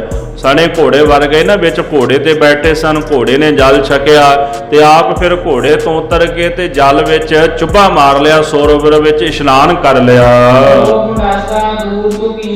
ਫਿਰ ਬਾਅਦ ਵਿੱਚ ਉਹ ਜਿਹੜਾ ਮੁੰਡਾਸਾ ਸੀ ਉਹ ਬੰਨਿਆ ਹੋਇਆ ਸਿਰ ਤੋਂ ਲਾਹ ਕੇ ਦੂਰ ਕਰ ਦਿੱਤਾ ਹੈ। ਜਦੋਂ ਤੁਰਕਾਂ ਨੇ ਵੇਖਿਆ ਤੇ ਤੁਰਕ ਬੜੇ ਹੈਰਾਨ ਹੋ ਗਏ। ਦਮਾਲਾ ਬੰਨਿਆ ਹੋਇਆ, ਦਮਾਲੇ ਤੇ ਚੱਕਰ ਲਿਸ਼ਕਦੇ ਪਏ ਸਨ। ਇਸੇ ਪ੍ਰਕਾਰ ਜਿਹੜੇ ਲਿਸ਼ਕਦੇ ਹੋਏ ਚੱਕਰ ਉਹਨਾਂ ਨੂੰ ਵੇਖਿਆ, ਦਮਾਲਾ ਵੇਖਿਆ ਤੇ ਤੁਰਕ ਹੈਰਾਨ ਹੋ ਗਏ, ਹੈ ਇਹ ਸਿੰਘ ਕਿੱਥੋਂ ਆ ਗਿਆ ਹੈ। ਇਸ ਤਰ੍ਹਾਂ ਸਣੇ ਘੋੜੇ ਹੀ ਇਹਨੇ ਆ ਕੇ ਇਹਦੇ ਵਿੱਚ ਇਸ਼ਨਾਨ ਕਰ ਲਿਆ ਹੈ। ਇਹ ਨਾ ਤਾਂ ਹਿੰਦੂ ਹੈ ਤੇ ਨਾ ਹੀ ਇਹ ਮੁਸਲਮਾਨ ਹੈ। ਫਿਰ ਉਹਨਾਂ ਨੇ ਜਦੋਂ ਧਿਆਨ ਦੇ ਨਾਲ ਵੇਖਿਆ ਨਾ, ਤਾਂ ਉਹ ਕਹਿੰਦੇ ਵੀ ਇਹ ਮੁਸਲਮਾਨ ਤਾਂ ਲੱਗਦਾ ਨਹੀਂ, ਹੋ ਸਕਦਾ ਕਿਤੇ ਹਿੰਦੂ ਨਾ ਹੋਵੇ। ਇਸ ਪ੍ਰਕਾਰ ਇੱਧਰ ਫਿਰ ਭਾਈ ਸਾਹਿਬ ਭਾਈ ਸੁੱਖਾ ਸਿੰਘ ਜੀ ਨੇ ਵੇਖਿਆ ਵੀ ਹਲੇ ਇਹਨਾਂ ਨੂੰ ਹਲੇ ਸਮਝ ਨਹੀਂ ਆਈ, ਕਿਉਂਕਿ ਸ਼ੌਕ ਲੱਗ ਗਿਆ ਨਾ ਵੀ ਸਿੰਘ ਕਿੱਥੋਂ ਆ ਗਏ। ਉਹਨਾਂ ਨੇ ਉੱਚੀ ਅਕਾਲ ਅਕਾਲ ਦਾ ਜਾਪ ਉਚਾਰਿਆ ਹੈ। ਉਹਨਾਂ ਨੇ ਉਹ ਪਗੜੇ ਸਣੇ ਹੀ ਦਮਾਲਾ ਜਿਹੜਾ ਬੰਨਿਆ ਸੀ ਫਿਰ ਜਲ ਦੇ ਵਿੱਚ ਚੁੱਭਾ ਮਾਰਿਆ, ਇਸ਼ਨਾਨ ਕੀਤਾ ਹੈ। ਸਿੰਘ ਨਿਕਲ ਕੇ ਬਾਹਰ ਆਇਆ, ਇਸ ਤਰ੍ਹਾਂ ਭਾਈ ਸੁੱਖਾ ਸਿੰਘ ਜਲ ਦੇ ਵਿੱਚੋਂ ਨਿਕਲ ਕੇ ਬਾਹਰ ਆ ਗਏ। ਤੁਰਕਾਂ ਕੋਲ ਲਲਕਾਰ ਸੁਣਾਇਆ, ਘੋੜੇ ਤੇ ਪਲਾਕੀ ਮਾਰ ਕੇ ਬਹਿ ਗਏ ਤੇ ਲਲਕਾਰ ਕੇ ਤੁਰਕਾਂ ਨੂੰ ਆਵਾਜ਼ ਮਾਰੀ ਹੈ। ਆਵੇ ਕੋ ਸਨਮੁਖ ਹਮ ਪਾਹੀ, ਆਖਣ ਲੱਗੇ ਤੁਰਕੜਿਓ ਜੇ ਹਿੰਮਤ ਹੈ ਆਓ ਮੇਰੇ ਸਾਹਮਣੇ ਆਓ, ਵੇਖਾਂ ਤੁਹਾਡੇ ਵਿੱਚ ਕਿਹੜਾ ਇਹੋ ਜਿਹਾ ਬਲੀ ਯੋਧਾ ਜਿਹੜਾ ਮੇਰਾ ਮੁਕਾਬਲਾ ਕਰ ਲਵੇ। ਨਹੀਂ ਤੋ ਭਜੋ ਛੜ ਹਮਰੋ ਰਾਹੀ, ਜੇ ਤੁਹਾਡੇ ਵਿੱਚ ਕੋਈ ਸੂਰਮਾ ਤੇ ਆ ਕੇ ਮੇਰਾ ਮੁਕਾਬਲਾ ਕਰੇ, ਨਹੀਂ ਜੇ ਭਲਾ ਚਾਹੁੰਦੇ ਹੋ ਤੇ ਮੇਰਾ ਰਾਹ ਛੱਡ ਕੇ ਪਰਾਂ ਹੋ ਜਾਵੋ। ਆਦ ਦੇਵ ਜਬ ਸਿੰਘ ਚਮਕਾਈ, ਭਾਈ ਸੁੱਖਾ ਸਿੰਘ ਨੇ ਕੱਢ ਕੇ ਮਿਆਨ ਵਿੱਚੋਂ ਤੇਗ ਉਹਨਾਂ ਨੇ ਆਕਾਸ਼ ਵਿੱਚ ਹਲਾਈ ਤੇ ਜਿਵੇਂ ਆਕਾਸ਼ ਵਿੱਚ ਸੂਰਜ ਚਮਕਦਾ, ਸੂਰਜ ਦੇ ਵਾਂਗੂ ਤੇਜ ਉਹਨਾਂ ਨੇ ਆਪਣੀ ਚਮਕਾ ਦਿੱਤੀ ਹੈ। ਕੋ ਨਾ ਠਹਿਰਿਓ ਸਭ ਗਏ ਢਾਈ, ਉਹ ਜਿੰਨੇ ਵੀ ਤੁਰਕ ਉੱਥੇ ਖੜੇ ਸਨ, ਕਿਸੇ ਦੀ ਹਿੰਮਤ ਨਾ ਪਈ ਕਿ ਸੁੱਖਾ ਸਿੰਘ ਦਾ ਮੁਕਾਬਲਾ ਕਰ ਸਕਣ। ਸਾਰੇ ਤੁਰਕ ਜਾਨ ਬਚਾਉਂਦੇ ਹੋਏ ਉੱਥੋਂ ਭੱਜ ਗਏ, ਕੋਈ ਨੇੜੇ ਨਹੀਂ ਆਇਆ।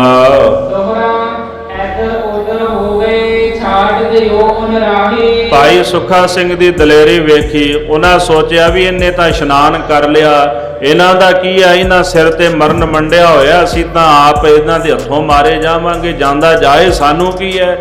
ਇਸ ਤਰ੍ਹਾਂ ਤੁਰਕਾਂ ਨੇ ਭਾਈ ਸੁੱਖਾ ਸਿੰਘ ਦਾ ਰਾਹ ਛੱਡ ਦਿੱਤਾ ਤੇ ਭਾਈ ਸੁੱਖਾ ਸਿੰਘ ਜੀ ਆਪਣੇ ਇਲਾਕੇ ਨੂੰ ਵਾਪਸ ਤੁਰ ਪਏ ਹਨ। ਯੇਸੂ ਬੋਲੀ ਦਿਨ ਘਣੀ, ਪਾਛੇ ਗਈ ਚਲਾਏ, ਇਸ ਤਰ੍ਹਾਂ ਤੁਰਕ ਪਿੱਛੋਂ ਕੋਈ ਤੀਰ ਮਾਰਦਾ, ਕੋਈ ਗੋਲੀਆਂ ਮਾਰਦਾ ਹੈ ਤੇ ਤੁਰਕਾਂ ਨੇ ਪਿੱਛੇ ਦੌੜਨ ਦਾ ਯਤਨ ਵੀ ਕੀਤਾ ਵੀ ਪਿੱਛੋਂ ਹੀ ਗੋਲੀ ਮਾਰ ਕੇ ਤੇ ਤੀਰ ਮਾਰ ਕੇ ਸਿੰਘ ਨੂੰ ਮਾਰ ਦਈਏ।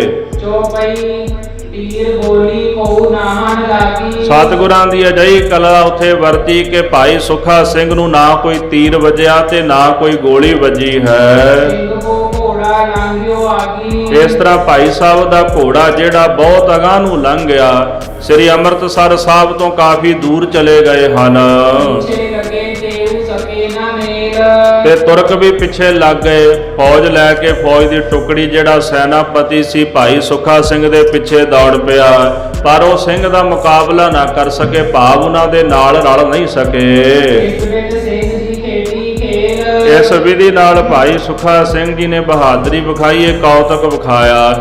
ਜਿੱਥੇ ਰਾਤ ਨੂੰ ਇਸ਼ਨਾਨ ਕਰਨਾ ਬੜਾ ਔਖਾ ਸੀ, ਉੱਥੇ ਦਿਨੇ ਜਾ ਕੇ ਸ੍ਰੀ ਅੰਮ੍ਰਿਤਸਰ ਸਾਹਿਬ ਦੇ ਪਾਵਨ ਸਰੋਵਰ ਵਿੱਚ ਭਾਈ ਸੁੱਖਾ ਸਿੰਘ ਜੀ ਨੇ ਇਸ਼ਨਾਨ ਕੀਤਾ ਹੈ। ਕੁੰਡਲੀਆਂ ਘਰ ਸਿਪਾਹੀ ਸਭ ਲਈ, ਰਈਅਤ ਸਭੀ ਨਿਬਾਬ, ਇਧਰ ਜ਼ਕਰੀਆ ਖਾਨ ਦੁਖੀ ਹੋ ਚੁੱਕਾ ਸੀ ਸਿੰਘਾਂ ਤੋਂ ਵੀ ਮੈਂ ਮਾਰਦਾ, ਇਹ ਮਰਨ ਤੇ ਨਹੀਂ ਆਉਂਦੇ। ਉਹਨੇ ਆਪਣੇ ਹਲਕਾਰੇ ਭੇਜੇ, ਚਿੱਠੀਆਂ ਭੇਜੀਆਂ, ਸਿਪਾਹੀ ਭੇਜੇ, ਜਿੰਨੇ ਵੀ ਰਈਅਤ ਸੀ, ਜਿੰਨੇ ਵੀ ਜਸੂਸ ਮੁਖਬਰ ਸਨ, ਉਹਨਾਂ ਸਾਰਿਆਂ ਨੂੰ ਆਪਣੇ ਪਾਸ ਸੱਦ ਲਿਆ, ਪਾਸ ਬੁਲਾ ਲਿਆ। ਰਤਨ ਸਿੰਘ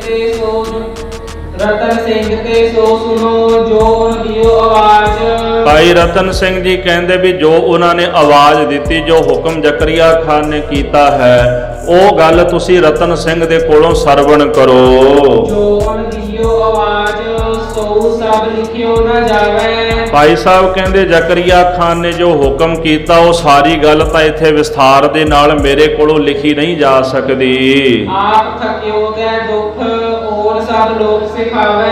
ਸਿੰਘਾਂ ਨੂੰ ਦੁੱਖ ਦੇ ਦੇ ਕੇ ਆਪ ਤਾਂ ਥੱਕ ਗਿਆ ਜ਼ਕਰੀਆ ਖਾਨ, ਉਹਦਾ ਵਸ ਨਹੀਂ ਚੱਲਦਾ ਹੁਣ ਸਿੰਘਾਂ ਤੇ। ਹੁਣ ਉਹ ਲੋਕਾਂ ਨੂੰ ਸਿਖਾਉਣ ਲੱਗ ਗਿਆ, ਲੋਕਾਂ ਨੂੰ ਤਰੀਕੇ ਦੱਸਣ ਲੱਗਿਆ ਵੀ ਇਸ ਤਰੀਕੇ ਨਾਲ ਸਿੰਘਾਂ ਨੂੰ ਮਾਰੋ, ਇਸ ਤਰੀਕੇ ਨਾਲ ਮਾਰੋ। ਆਪ ਜਦੋਂ ਦੇ ਹੱਥ ਖੜੇ ਹੋ ਗਏ ਤੇ ਲੋਕਾਂ ਨੂੰ ਹੁਣ ਇਹ ਗੱਲਾਂ ਸਿਖਾਉਣ ਲੱਗ ਪਿਆ। ਬਹਾਵਲ ਲੁੱਟੀ ਪੰਜਾਬ, ਕਸ਼ਮੀਰ ਸੋ ਪਰਬਤ ਵੱਲ, ਬਹਾਵਲਪੁਰ ਜਿਹੜੀ ਰਿਆਸਤ ਸਿੰਘਾਂ ਨੇ ਉਹ ਵੀ ਲੁੱਟ ਲਈ, ਪੰਜਾਬ ਲੁੱਟ ਲਿਆ, ਕਸ਼ਮੀਰ ਲੁੱਟ ਲਿਆ, ਪਰਬਤ ਦੇ ਜਿਹੜੇ ਇਲਾਕੇ ਸਨ ਸਿੰਘਾਂ ਨੇ ਉਹ ਵੀ ਲੁੱਟ ਲਏ ਹਨ। ਕੇਸਨ ਵਾਲਨ ਨਹਿ ਛੱਡਿਓ, ਨਵਾਬ ਲਿਖਿਓ ਦਿਓ ਘਰ। ਨਵਾਬ ਨੇ ਇਹਨਾਂ ਸਾਰਿਆਂ ਇਲਾਕਿਆਂ ਵਿੱਚ ਚਿੱਠੀ ਭੇਜ ਦਿੱਤੀ ਤੇ ਜਿਹੜੇ ਹਾਕਮ ਚੌਧਰੀ ਸਨ, ਸੂਬੇਦਾਰ ਸਨ, ਉਹਨਾਂ ਨੂੰ ਕਹਿੰਦਾ ਵੀ ਕੇਸਾਂ ਵਾਲਾ ਕੋਈ ਜਿਉਂਦਾ ਨਾ ਛੱਡਿਓ, ਜਿਹੜਾ ਵੀ ਤੁਹਾਨੂੰ ਕੋਈ ਕੇਸਾ ਧਾਰੀ ਮਿਲਦਾ ਨੂੰ ਮੌਤ ਦੇ ਘਾਟ ਉਤਾਰ ਦਿਓ। ਜੋ ਪਈ ਨਵਾਬ ਲਿਖਤ ਸਭਨ ਮਨ ਲਈ, ਜਦੋਂ ਜ਼ਕਰੀਆ ਖਾਨ ਨੇ 4 ਚੁਫੇਰੇ ਚਿੱਠੀਆਂ ਭੇਜ ਦਿੱਤੀਆਂ, ਉਹਦੀ ਲਿਖਤ ਸਾਰਿਆਂ ਨੇ ਮੰਨ ਲਈ ਹੈ। ਸਿੰਘਨ ਰਹਿਣ ਖਰਾਬੀ ਭਈ, ਹੁਣ ਸਿੰਘਾਂ ਵਾਸਤੇ ਗੱਲ ਔਖੀ ਹੋ ਗਈ। ਸਿੰਘਾਂ ਲਈ ਪੰਜਾਬ ਦੇ ਵਿੱਚ ਰਹਿਣਾ ਬੜਾ ਕਠਿਨ ਹੋ ਗਿਆ ਹੈ। ਤਬ ਸਿੰਘ ਊਹਾਂ ਤੇ ਨੱਠ ਆਏ। ਫਿਰ ਸਿੰਘਾਂ ਨੇ ਪਰਬਤੀ ਇਲਾਕਾ ਛੱਡ ਦਿੱਤਾ। ਜਿਹੜੇ ਪੰਜਾਬ ਤੇ ਲਾਹੌਰ ਦੇ ਨੇੜੇ ਤੇੜੇ ਰਹਿੰਦੇ ਸਨ, ਉਹਨਾਂ ਸਿੰਘਾਂ ਨੇ ਇਹ ਵੀ ਇਲਾਕਾ ਛੱਡ ਦਿੱਤਾ, ਉੱਥੋਂ ਨੱਠ ਗਏ ਹਨ। ਕਹੂੰ ਜਗਾਰ ਨਹਿ ਰਹਿਣੇ ਪਾਏ। ਇਹੋ ਜਿਹੇ ਹਾਲਾਤ ਬਣ ਗਏ ਵੀ ਕੋਈ ਵੀ ਇਹੋ ਜਿਹੀ ਜਗ੍ਹਾ ਨਹੀਂ ਬਚੀ ਜਿੱਥੇ ਸਿੰਘ ਰਹਿ ਸਕਣ। ਦੋਹਰਾ ਰਹਿਓ ਕਛੂ ਦਰਿਆਓ ਤੇ ਬਾਜਨ ਤਾਬ ਕੋ ਕੋਟ। ਦਰਿਆ ਦਾ ਜਿਹੜਾ ਨਜ਼ਦੀਕਲਾ ਕੰਢਾ ਸੀ, ਉਹ ਤੇ ਇੱਕ ਪਿੰਡ ਪੈਂਦਾ ਸੀ ਜਿਹਨੂੰ ਮੁਤਾਬਕਾ ਕੋਟ ਕਹਿੰਦੇ ਸਨ। ਕੇਵਲ ਉਹ ਜਿਹੜਾ ਇਲਾਕਾ ਰਹਿ ਗਿਆ। ਕਾਰਨ ਇਹ ਸੀ ਵੀ ਉਹ ਦਰਿਆ ਦੇ ਕੰਢੇ ਤੇ ਹੋਣ ਕਰਕੇ ਤੇ ਉੱਥੇ ਸਿੰਘ ਸਨ ਜਿਹੜੇ ਉਹ ਆ ਕੇ ਲੁਕ ਜਾਂਦੇ ਸਨ, ਪਿੰਡ ਵਿੱਚ ਲੁਕ ਗਏ। ਜੇ ਤੁਰਕ ਆਏ ਤੇ ਉੱਥੋਂ ਨਿਕਲੇ ਤੇ ਜਾ ਕੇ ਦਰਿਆ ਦੇ ਨੇੜੇ ਤੇੜੇ ਝੱਲਾਂ ਵਿੱਚ ਵੜ ਗਏ। ਹੁਣ ਸਿੰਘਾਂ ਵਾਸਤੇ ਮੁਤਾਬਕਾ ਕੋਟ ਜਿਹੜਾ ਇਹੀ ਇਲਾਕਾ ਰਹਿ ਗਿਆ ਜਿਹੜਾ ਉਹਨਾਂ ਵਾਸਤੇ ਸਹੀ ਸੀ, ਜਿੱਥੇ ਉਹ ਲੁਕ ਸਕਦੇ ਸਨ। ਤੇ ਥਾਂ ਸਿੰਘ ਕਛੂ ਆਛਿਪੇ ਦਰਿਆ ਬੇਲੇ ਓਟ। ਮੁਤਾਬਕਾ ਜਿਹੜਾ ਕੋਟ ਸੀ ਉੱਥੇ ਸਿੰਘ ਆ ਗਏ। ਦਰਿਆ ਦੇ ਕੰਢੇ ਤੇ ਜਿਹੜੇ ਬੇਲੇ ਆਦਿਕ ਸਨ, ਉਹਨਾਂ ਦੇ ਵਿੱਚ ਸਿੰਘ ਆ ਕੇ ਲੁਕ ਗਏ ਹਨ। ਸੋ ਪਈ ਗਏ ਹਲਕਾਰੇ ਦੇਖ ਤੇ ਥਾਉ। ਕੁਝ ਕੁ ਦਿਨ ਸਿੰਘ ਤਾਂ ਉੱਥੇ ਲੁਕੇ ਰਹੇ, ਥੋੜੇ ਜਿਹੇ ਸਿੰਘ ਸਨ। ਜਦੋਂ ਕੁਝ ਕੁ ਦਿਨਾਂ ਦਾ ਸਮਾਂ ਇਸ ਤਰ੍ਹਾਂ ਬਤੀਤ ਹੋ ਗਿਆ ਤੇ ਕਿਤੇ ਸਿੰਘ ਉੱਥੇ ਵਿਚਰਦੇ ਸਨ ਤੇ ਜਿਹੜੇ ਜਸੂਸ ਸਨ, ਜਸੂਸੀ ਕਰਨ ਵਾਲੇ, ਉਹਨਾਂ ਹਲਕਾਰਿਆਂ ਦੀ ਕਿਤੇ ਨਿਗਾਹ ਪੈ ਗਈ। ਉਹਨਾਂ ਕਿਤੇ ਸਿੰਘਾਂ ਨੂੰ ਵੇਖ ਲਿਆ ਹੈ ਕਹੇ ਫੌਜਦਾਰ ਕੁਝ ਸ਼ਿਕਾਰ ਦਿਖਾਉ। ਤੇ ਉਹ ਚਲੇ ਗਏ ਫੌਜਦਾਰ ਦੇ ਕੋਲ। ਜਾ ਕੇ ਫੌਜਦਾਰ ਨੂੰ ਕਹਿਣ ਲੱਗੇ ਵੀ ਇਸ ਤਰ੍ਹਾਂ ਹੈ ਵੀ ਚਲੋ ਮੇਰੇ ਨਾਲ, ਵੀ ਮੈਂ ਤੁਹਾਨੂੰ ਸ਼ਿਕਾਰ ਵਿਖਾਉਣਾ ਵੀ ਸਿੰਘ ਕਿੱਥੇ ਬੈਠੇ ਹਨ। ਭੁੱਖੇ ਨਾਗੇ ਸ਼ਸਤਰ ਹੀਨੇ। ਭੁੱਖੇ ਵੀ ਨੇ, ਨਗਨ ਵੀ ਨੇ, ਬਸਤਰ ਵੀ ਕੋਈ ਨਹੀਂ ਪਹਿਨਣ ਨੂੰ, ਤੇ ਸ਼ਸਤਰਾਂ ਤੋਂ ਹੀਣੇ, ਉਹਨਾਂ ਕੋਲ ਸ਼ਸਤਰ ਵੀ ਕੋਈ ਨਹੀਂ ਹੈ। ਭਾਜਤ ਥਕਤ ਭਏ ਬਲ ਕੀਨੇ। ਇਸ ਤਰ੍ਹਾਂ ਭਜਦਿਆਂ ਹੋਇਆਂ ਉਹ ਥੱਕ ਚੁੱਕੇ ਹਨ, ਉਹਨਾਂ ਦੇ ਵਿੱਚ ਤਾਕਤ ਨਹੀਂ ਬਚੀ। ਤੁਰਤ ਜਾਏ ਤਿਨ ਪਕੜ ਸੁਲੇਓ। ਤੁਸੀਂ ਤੁਰੰਤ ਜਾ ਕੇ ਉਹਨਾਂ ਨੂੰ ਫੜ ਲੈਣਾ ਹੈ। ਫੜ ਕਰ ਤਿਨੈ ਲਾਹੌਰ ਪੁਚਿਓ। ਉਹਨਾਂ ਨੂੰ ਫੜ ਕੇ ਲਾਹੌਰ ਪਹੁੰਚਾ ਦਿਓ। ਉਹਨਾਂ ਵਿੱਚ ਕਿਹੜਾ ਕੋਈ ਤਾਕਤ ਹੈ ਵੀ ਤੁਹਾਨੂੰ ਉੱਥੇ ਜ਼ਿਆਦਾ ਜਾ ਕੇ ਬਲ ਲਾਣਾ ਪਏਗਾ, ਬਹੁਤੀ ਮਿਹਨਤ ਕਰਨੀ ਪਏਗੀ। ਵੀ ਬਹੁਤੀ ਮਿਹਨਤ ਕਰਨ ਦੀ ਲੋੜ ਨਹੀਂ, ਉਹ ਤਾਂ ਮਰਿਆਂ ਦੇ ਵਾਂਗੂ ਹੀ ਨੇ। ਉਹਨਾਂ ਨੂੰ ਫੜ ਕੇ ਲਾਹੌਰ ਪਹੁੰਚਾਓ ਤੇ ਇਨਾਮ ਲੈ ਲਓ। ਬਹੁਤ ਇਨਾਮ ਨਿਵਾਬ ਹੈ ਪਾਓ। ਇਸ ਤਰ੍ਹਾਂ ਬਹੁਤਾ ਇਨਾਮ ਨਵਾਬ ਜ਼ਕਰੀਆ ਖਾਨ ਦੇ ਕੋਲੋਂ ਪ੍ਰਾਪਤ ਕਰੋ। ਜੜੋ ਅਬੈ ਕਛੁ ਦੇਰ ਨਾ ਲਾਓ। ਫੌਜਦਾਰ ਨੂੰ ਮੁਖਬਰ ਕਹਿਣ ਲੱਗੇ ਵੀ ਛੇਤੀ ਚੱਲੋ, ਹੁਣ ਦੇਰੀ ਨਾ ਲਾਓ, ਕਿਤੇ ਨਾ ਹੋਵੇ ਵੀ ਸਿੰਘ ਕਿਤੇ ਹੋਰ ਚਲੇ ਜਾਣ। ਸੁਨ ਉਨਤੇ ਜਮਾ ਸੂਦਾਰ। ਇਸ ਪ੍ਰਕਾਰ ਉਹ ਜਿਹੜਾ ਫੌਜਦਾਰ ਸੀ, ਉਹਨੇ ਜਦੋਂ ਇਹਨਾਂ ਮੁਖਬਰਾਂ ਦੇ ਕੋਲੋਂ, ਜਸੂਸਾਂ ਕੋਲੋਂ ਬਚਨ ਸੁਣੇ ਤੇ ਉਹ ਵੀ ਤਿਆਰ ਪਰ ਤਿਆਰ ਹੋ ਗਿਆ ਹੈ। ਤੁਰਤ ਫੁਰਤ ਹੋ ਗਇਓ ਤਿਆਰ। ਤੁਰਤ ਫੁਰਤੀ ਤਿਆਰੀ ਕਰ ਲਈ ਤੇ ਚਾਲਾ ਪਾ ਦਿੱਤਾ ਮੁਤਾਬਕੇ ਕੋਟ ਨੂੰ। ਜਨ ਫੜ ਦੇਵੋ ਸੱਸਾ ਸ਼ਿਕਾਰ। ਉਹਦੇ ਮਨ ਵਿੱਚ ਇਸ ਤਰ੍ਹਾਂ ਖਿਆਲ ਆਇਆ ਵੀ ਜਿਵੇਂ ਜਾ ਕੇ ਨਾ ਵੀ ਆਪਾਂ ਸ਼ਹਿ ਦਾ ਸ਼ਿਕਾਰ ਕਰਨਾ ਹੈ। ਜਾਂ ਪੂਨੋ ਊਹਾਂ ਕਰਤ ਵਿਚਾਰ। ਇਸੇ ਪ੍ਰਕਾਰ ਉਹ ਜਾਂਦਿਆਂ ਹੋਇਆਂ ਰਾਹ ਦੇ ਵਿੱਚ ਵਿਚਾਰ ਹੀ ਕਰਦਾ ਹੈ। ਜਾਂਦਾ ਹੋਇਆ ਵੀ ਮੈਂ ਸਿੰਘਾਂ ਨੂੰ ਮਾਰ ਲੈਣਾ, ਵੀ ਉਹ ਤਾਂ ਸਿਆਂ ਵਾਂਗੂ ਹੋਏ ਪਏ ਨੇ, ਉਹਨਾਂ ਵਿੱਚ ਕਿਹੜਾ ਕੋਈ ਤਾਕਤ ਹੈ। ਇਸ ਤਰ੍ਹਾਂ ਵਿਚਾਰ ਕਰਦਾ ਕਰਦਾ ਉੱਥੇ ਜਾ ਪਹੁੰਚਿਆ ਜਿੱਥੇ ਸਿੰਘਾਂ ਨੇ ਡੇਰਾ ਲਾਇਆ ਸੀ। ਦੋਹਰਾ ਸਿੰਘ ਥੋੜੇ ਦੇਖ ਕੇ ਮਨ ਮੈਂ ਕਰੈ ਗੁਮਾਨ। ਹੁਣ ਉਹਨੇ ਜਦੋਂ ਵੇਖਿਆ ਵੀ ਸਿੰਘ ਬਹੁਤੇ ਥੋੜੇ ਨੇ, ਮਨ ਵਿੱਚ ਬੜਾ ਗੁਮਾਨ ਤੇ ਬੜਾ ਹੰਕਾਰ ਆ ਗਿਆ। ਲੈ ਇਹਨਾਂ ਨੂੰ ਮਾਰਨਾ ਕਿਹੜਾ ਕੋਈ ਔਖੀ ਗੱਲ ਹੈ, ਇਹਨਾਂ ਨੂੰ ਮੈਂ ਝੱਟ ਹੀ ਖਤਮ ਕਰ ਦੇਣਾ ਹੈ। ਇਸੇ ਪ੍ਰਕਾਰ ਸਾਧ ਸੰਗਤ ਜੀ, ਸਿੰਘਾਂ ਨੂੰ ਵੇਖ ਕੇ ਫੌਜਦਾਰ ਕਹਿਣ ਲੱਗਾ ਵੀ ਇਹਨਾਂ ਕੰਗਾਲਾਂ ਵਾਸਤੇ ਇੰਨੀ ਤਿਆਰੀ ਕਰਕੇ ਆਇਆ, ਇੰਨੀ ਫੌਜ, ਇੰਨੇ ਘੋੜੇ, ਇੰਨੇ ਸ਼ਸਤਰ ਲੈ ਕੇ ਆਇਆ, ਵੀ ਇਹਨਾਂ ਦੇ ਪੱਲੇ ਤਾਂ ਕੁਝ ਨਹੀਂ, ਇਹਨਾਂ ਨੂੰ ਤਾਂ ਝੱਟ ਅਸੀਂ ਮਾਰ ਲੈਣਾ। ਇਹ ਖਿਆਲ ਉਦੋਂ ਜਦੋਂ ਸ੍ਰੀ ਦਰਬਾਰ ਸਾਹਿਬ ਤੇ ਜੂਨ 1984 ਚ ਹਮਲਾ ਹੋਇਆ ਨਾ, ਦੁਸ਼ਟ ਜਿਹੜਾ ਕੁਲਦੀਪ ਬਰਾੜ ਸੀਗਾ, ਇਹ ਸੋਚ ਲੈ ਕੇ ਉਹ ਵੀ ਆਇਆ ਸੀ। ਬਸ ਸਰਕਾਰ ਨੂੰ ਕਹਿੰਦਾ ਸੀ 2-4 ਘੰਟੇ ਦੇ ਦਿਓ, ਮੈਂ ਸਾਰਾ ਖਾਲੀ ਕਰਾ ਦਿਆਂਗਾ। ਪਰ ਕਿਤੇ 6 ਜੂਨ ਤੱਕ ਲੜਾਈ ਹੁੰਦੀ ਰਹੀ। ਅਖੀਰ ਸਰਕਾਰ ਦੇ ਵੀ ਹੱਥ ਖੜੇ ਹੋ ਗਏ, ਟੈਂਕ ਤੱਕ ਚਲਾਏ, ਵੀਡੀਓ ਸਕਰੀਨਿੰਗ ਕੀਤੀ ਉਹਨਾਂ ਨੇ, ਹੈਲੀਕਾਪਟਰ ਦੇ ਨਾਲ ਬਹੁਤ ਕੁਝ ਕੀਤਾ। ਜਨਰਲ ਬਰਾੜ ਨੇ ਵੀ ਇਹ ਦੁਸ਼ਟ ਨੇ ਜੋ ਪਾਪ ਕੀਤਾ ਉਹਨੇ ਆਪਣੀ ਕਲਮ ਦੇ ਨਾਲ ਲਿਖਿਆ ਹੈ। ਖਾਲਸਾ ਜੀ, ਜਿੱਥੇ ਗੁਰੂ ਕਾ ਖਾਲਸਾ ਹੋਵੇ ਉੱਥੇ ਕਿਸੇ ਦਾ ਵਸ ਕਿਸੇ ਦਾ ਬਲ ਨਹੀਂ ਚੱਲਦਾ। ਸੋ ਇਸ ਪ੍ਰਕਾਰ ਜਿਹੜੇ ਕਹਿੰਦੇ 3-4 ਘੰਟੇ 'ਚ ਖਾਲੀ ਕਰਾ ਲਵਾਂਗੇ, ਉੱਥੇ 6 ਦਿਨ ਤੱਕ ਉਹ ਟੱਕਰਾਂ ਮਾਰਦੇ ਰਹੇ। ਉਸ ਤੋਂ ਬਾਅਦ ਵੀ ਕੁਝ ਸਿੰਘ ਸਨ ਟੈਂਕੀ ਵਿੱਚ ਲੁਕੇ ਜਿਹੜੇ, ਉਹਨਾਂ ਨਾਲ ਵੀ ਬਾਅਦ ਤੱਕ ਉਹਨਾਂ ਦਾ ਮੁਕਾਬਲਾ ਚੱਲਦਾ ਰਿਹਾ।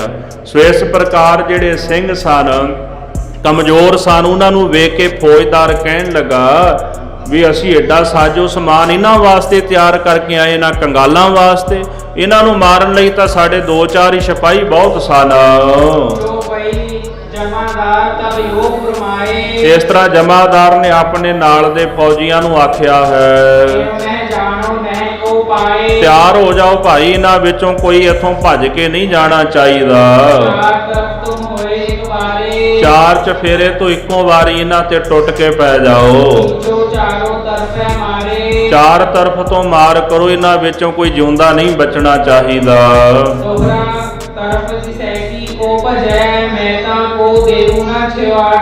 ਜਿਹੜਾ ਵੀ ਇਹਨਾਂ ਵਿੱਚੋਂ ਸਿੰਘ ਜਿਸ ਵੀ ਤਰਫ ਭੱਜੇਗਾ ਨਾ, ਮੈਂ ਉਹਨੂੰ ਜਿਉਂਦਾ ਨਹੀਂ ਛੱਡਾਂਗਾ, ਮਾਰ ਦਿਆਂਗਾ।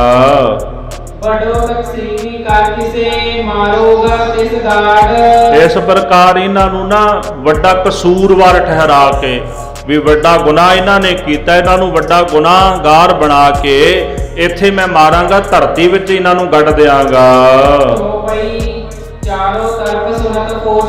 ਇਹ ਗੱਲ ਸੁਣਦਿਆਂ ਸਾਰ ਸਿਪਾਹੀ 4 ਤਰਫ ਨੂੰ ਦੌੜ ਪਏ। ਸਿਪਾਹੀਆਂ ਨੇ ਵੀ ਵੇਖ ਲਿਆ ਵੀ ਸਿੰਘ ਤਾਂ ਬਹੁਤੇ ਥੋੜੇ ਹਨ। ਹੁਣ ਸਵੇਰ ਦਾ ਸਮਾਂ ਸੀ, ਕੋਈ ਸਿੰਘ ਆਰਾਮ ਕਰਦਾ ਪਿਆ ਸੀ ਨਿਤਨੇਮ ਕਰਕੇ, ਤੇ ਕੋਈ ਸਿੰਘ ਇਸ ਤਰ੍ਹਾਂ ਬਾਹਰ ਜੰਗਲ ਪਾਣੀ ਗਿਆ ਹੋਇਆ ਸੀ। ਕੋਈ ਸਿੰਘ ਉੱਥੇ ਘੋੜਿਆਂ ਵਾਸਤੇ ਘਾਹ ਆਦਿਕ ਲੈਣ ਵਾਸਤੇ ਗਿਆ ਹੈ। ਕੋਈ ਗੋਹਾ ਆਦਿਕ ਲੱਕੜੀ ਆਦਿਕ ਲੈਣ ਗਏ ਸਨ, ਵੀ ਕਿਤੇ ਲੰਗਰ ਪਾਣੀ ਮਾੜਾ ਮੋਟਾ ਉਹਨਾਂ ਨੇ ਤਿਆਰ ਕਰਨਾ ਹੋਣਾ। ਇਸ ਤਰ੍ਹਾਂ ਸਿੰਘ ਵਿਖੰਡੇ ਹੋਏ ਸਨ, ਵੀ ਕੋਈ ਕਿਸੇ ਪਾਸੇ ਗਿਆ ਸੀ, ਕੋਈ ਕਿਸੇ ਪਾਸੇ ਗਿਆ ਸੀ। ਕਈ ਦਿਨਾਂ ਦੇ ਭੁੱਖੇ ਹੋਏ ਟੇਢੇ ਹੋ ਕੇ ਉੱਥੇ ਪਏ ਹੋਏ ਸਨ। ਤੇ ਜਦੋਂ ਸ਼ਹੀਦੀ ਦੇਗਾ ਛਕ ਲੈਂਦੇ ਨੇ, ਰਗੜਾ ਆਦਿਕ ਛਕ ਕੇ ਫਿਰ ਤਿਆਰ ਹੋ ਜਾਂਦੇ ਹਨ।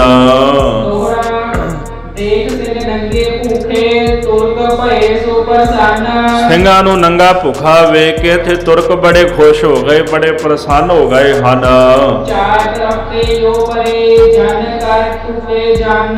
4 ਤਰਫ ਤੋਂ ਇਸ ਤਰ੍ਹਾਂ ਉਹ ਆਪ ਪਹੁੰਚੇ ਜਿਵੇਂ ਕੋਈ ਜੰਜ ਨਹੀਂ ਆਉਂਦੀ, ਜੰਜ ਦੇ ਵਾਂਗੂ 4 ਚਫੇਰੇ ਤੇ ਸਿੰਘਾਂ ਤੇ ਹਮਲਾ ਕਰਕੇ ਪੈ ਗਏ। ਇਹਨਾਂ ਨੇ ਜਾ ਕੇ ਪਹਿਲਾਂ ਬੰਦੂਕਾਂ ਦੇ ਨਾਲ ਸਿੰਘਾਂ ਨੂੰ ਚੋਟ ਕੀਤੀ ਹੈ। ਉਸ ਤੋਂ ਬਾਅਦ ਫਿਰ ਤੀਰ ਮਾਰਨੇ ਸ਼ੁਰੂ ਕਰ ਦਿੱਤੇ, ਤੀਰਾਂ ਨਾਲ ਸਿੰਘਾਂ ਨੂੰ ਸ਼ਹੀਦ ਕਰਨ ਦਾ ਯਤਨ ਕੀਤਾ। ਫਿਰ ਹੱਥਾਂ ਵਿੱਚ ਨੇਜੇ ਫੜ ਲਏ ਤੇ ਤਲਵਾਰਾਂ ਫੜ ਲਈਆਂ। ਪਹਿਲੇ ਹਮਲੇ ਦੇ ਵਿੱਚ ਇਹਨਾਂ ਕਈ ਸਿੰਘ ਜਿਹੜੇ ਸਨ ਸ਼ਹੀਦ ਕਰ ਦਿੱਤੇ। ਉਹ ਬੇਖਬਰ ਸਨ, ਉਹਨਾਂ ਨੂੰ ਕੀ ਪਤਾ ਸੀ ਵੀ ਅਚਾਨਕ ਤੁਰਕਾਂ ਨੇ ਆ ਪੈਣਾ, ਤੇ ਬੇਖਬਰ ਹੋ ਕੇ ਕੋਈ ਆਰਾਮ ਕਰਦਾ ਸੀ, ਕੋਈ ਬੈਠਾ ਹੋਇਆ ਸੀ, ਕੋਈ ਸੁੱਤਾ ਪਿਆ ਸੀਗਾ। ਇਸ ਪ੍ਰਕਾਰ ਜਿਹੜਾ ਸਿੰਘ ਇਹਨਾਂ ਦੇ ਹੱਥ ਆਇਆ, ਇਹਨਾਂ ਸ਼ਹੀਦ ਕਰ ਦਿੱਤਾ। ਹੁਣ ਇੱਕੋ ਦਮ ਜਦੋਂ ਹਮਲਾ ਹੋਇਆ ਤੇ ਸਿੰਘਾਂ ਦੀ ਹੋਸ਼ ਭੁੱਲ ਗਈ, ਉਹਨਾਂ ਨੂੰ ਸਮਝ ਨਾ ਆਵੇ ਵੀ ਕੀ ਕਰੀਏ ਤੇ ਕੀ ਨਾ ਕਰੀਏ। ਹੁਣ ਜਦੋਂ ਇੱਕੋ ਦਮ ਪੈ ਜਾਣ ਜਿਹੜੇ ਆਰਾਮ ਕਰਦੇ ਪਏ ਨੇ, ਹੁਣ ਉਹ ਸਿੰਘ ਕਿਵੇਂ ਖਲੋਣ ਤਿੰਨਾਂ ਦੇ ਨਾਲ ਜੰਗ ਕਰਨ। ਤੁਰਕ ਜਿਹੜੇ ਸਨ ਵੀ ਜੰਮਾਂ ਦੇ ਵਾਂਗੂ ਇੱਕੋ ਸਮੇਂ ਸਿੰਘਾਂ ਉੱਤੇ ਆ ਕੇ ਪੈ ਗਏ ਹਨ। ਇਸ ਤਰ੍ਹਾਂ ਜਾਣੋ ਵੀ ਜਿਵੇਂ ਆਕਾਸ਼ ਤੋਂ ਬਿਜਲੀ ਸਿੰਘਾਂ ਤੇ ਪੈ ਗਈ ਹੋਵੇ। ਇਸ ਤਰ੍ਹਾਂ ਪਹਿਲਾ ਹਮਲਾ ਸਹਿੰਦਿਆ ਹੋਇਆ ਸਿੰਘਾਂ ਨੇ ਫਿਰ ਥੋੜਾ ਜਿਹਾ ਯਤਨ ਕੀਤਾ, ਉੱਠ ਕੇ ਖਲੋ ਗਏ, ਤੁਰਕਾਂ ਦਾ ਮੁਕਾਬਲਾ ਕਰਨ ਜੋਗੇ ਹੋ ਗਏ ਹਨ।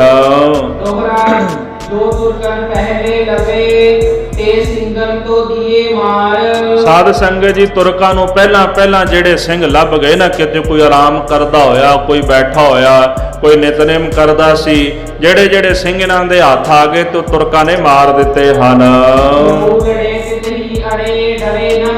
ਮਾਰ। ਜਦੋਂ ਖੜਾਕਾ ਹੋਣ ਲੱਗ ਪਿਆ ਤੇ ਜਿਹੜੇ ਸਿੰਘ ਖਿੰਡੇ ਹੋਏ ਸਨ ਚਾਰ ਚ, ਫਿਰ ਉਹ ਤਿਆਰ ਬਰ ਤਿਆਰ ਹੋ ਗਏ ਤੇ ਉਹ ਤੁਰਕਾਂ ਦੇ ਨਾਲ ਆ ਕੇ ਲੜਨ ਵਾਸਤੇ ਅੜ ਪਏ ਨੇ। ਡਰੇ ਨਾ ਮਰਨੋਂ ਮਾਰ, ਉਹ ਮਾਰਨ ਤੇ ਮਰਨ ਤੋਂ ਫਿਰ ਡਰੇ ਨਹੀਂ, ਤਿਆਰ ਬਰ ਤਿਆਰ ਹੋ ਗਏ, ਤੁਰਕਾਂ ਦਾ ਮੁਕਾਬਲਾ ਕਰਨ ਲੱਗ ਪਏ। ਚੌਪਈ ਏਕ ਸਿੰਘ ਦੇ ਥਾਂ ਖੜ ਜਾਵੇ। ਗੁਰੂ ਕਾ ਇੱਕ ਸਿੰਘ ਜਦੋਂ ਇੱਕ ਥਾਂ ਤੇ ਜੰਗ ਕਰਨ ਵਾਸਤੇ ਖਲੋ ਜਾਂਦਾ ਹੈ, ਸਭ ਤੁਰਕਾਂ ਸੋ ਤਹਾਂ ਖੜਾਵੇ। ਉਹ ਸਾਰੇ ਤੁਰਕਾਂ ਨੂੰ ਉੱਥੇ ਰੋਕ ਲੈਂਦਾ। ਭਾਵ ਇੰਨੀ ਤਾਕਤ ਨਾਲ ਉਹ ਸਿੰਘ ਲੜਦੇ ਨੇ ਕਿ ਜੇਕਰ ਤੁਰਕ 10 20 50 ਹੋਣ ਉਹਨਾਂ ਨੂੰ ਅੱਗੇ ਨਹੀਂ ਵਧਣ ਦਿੰਦੇ।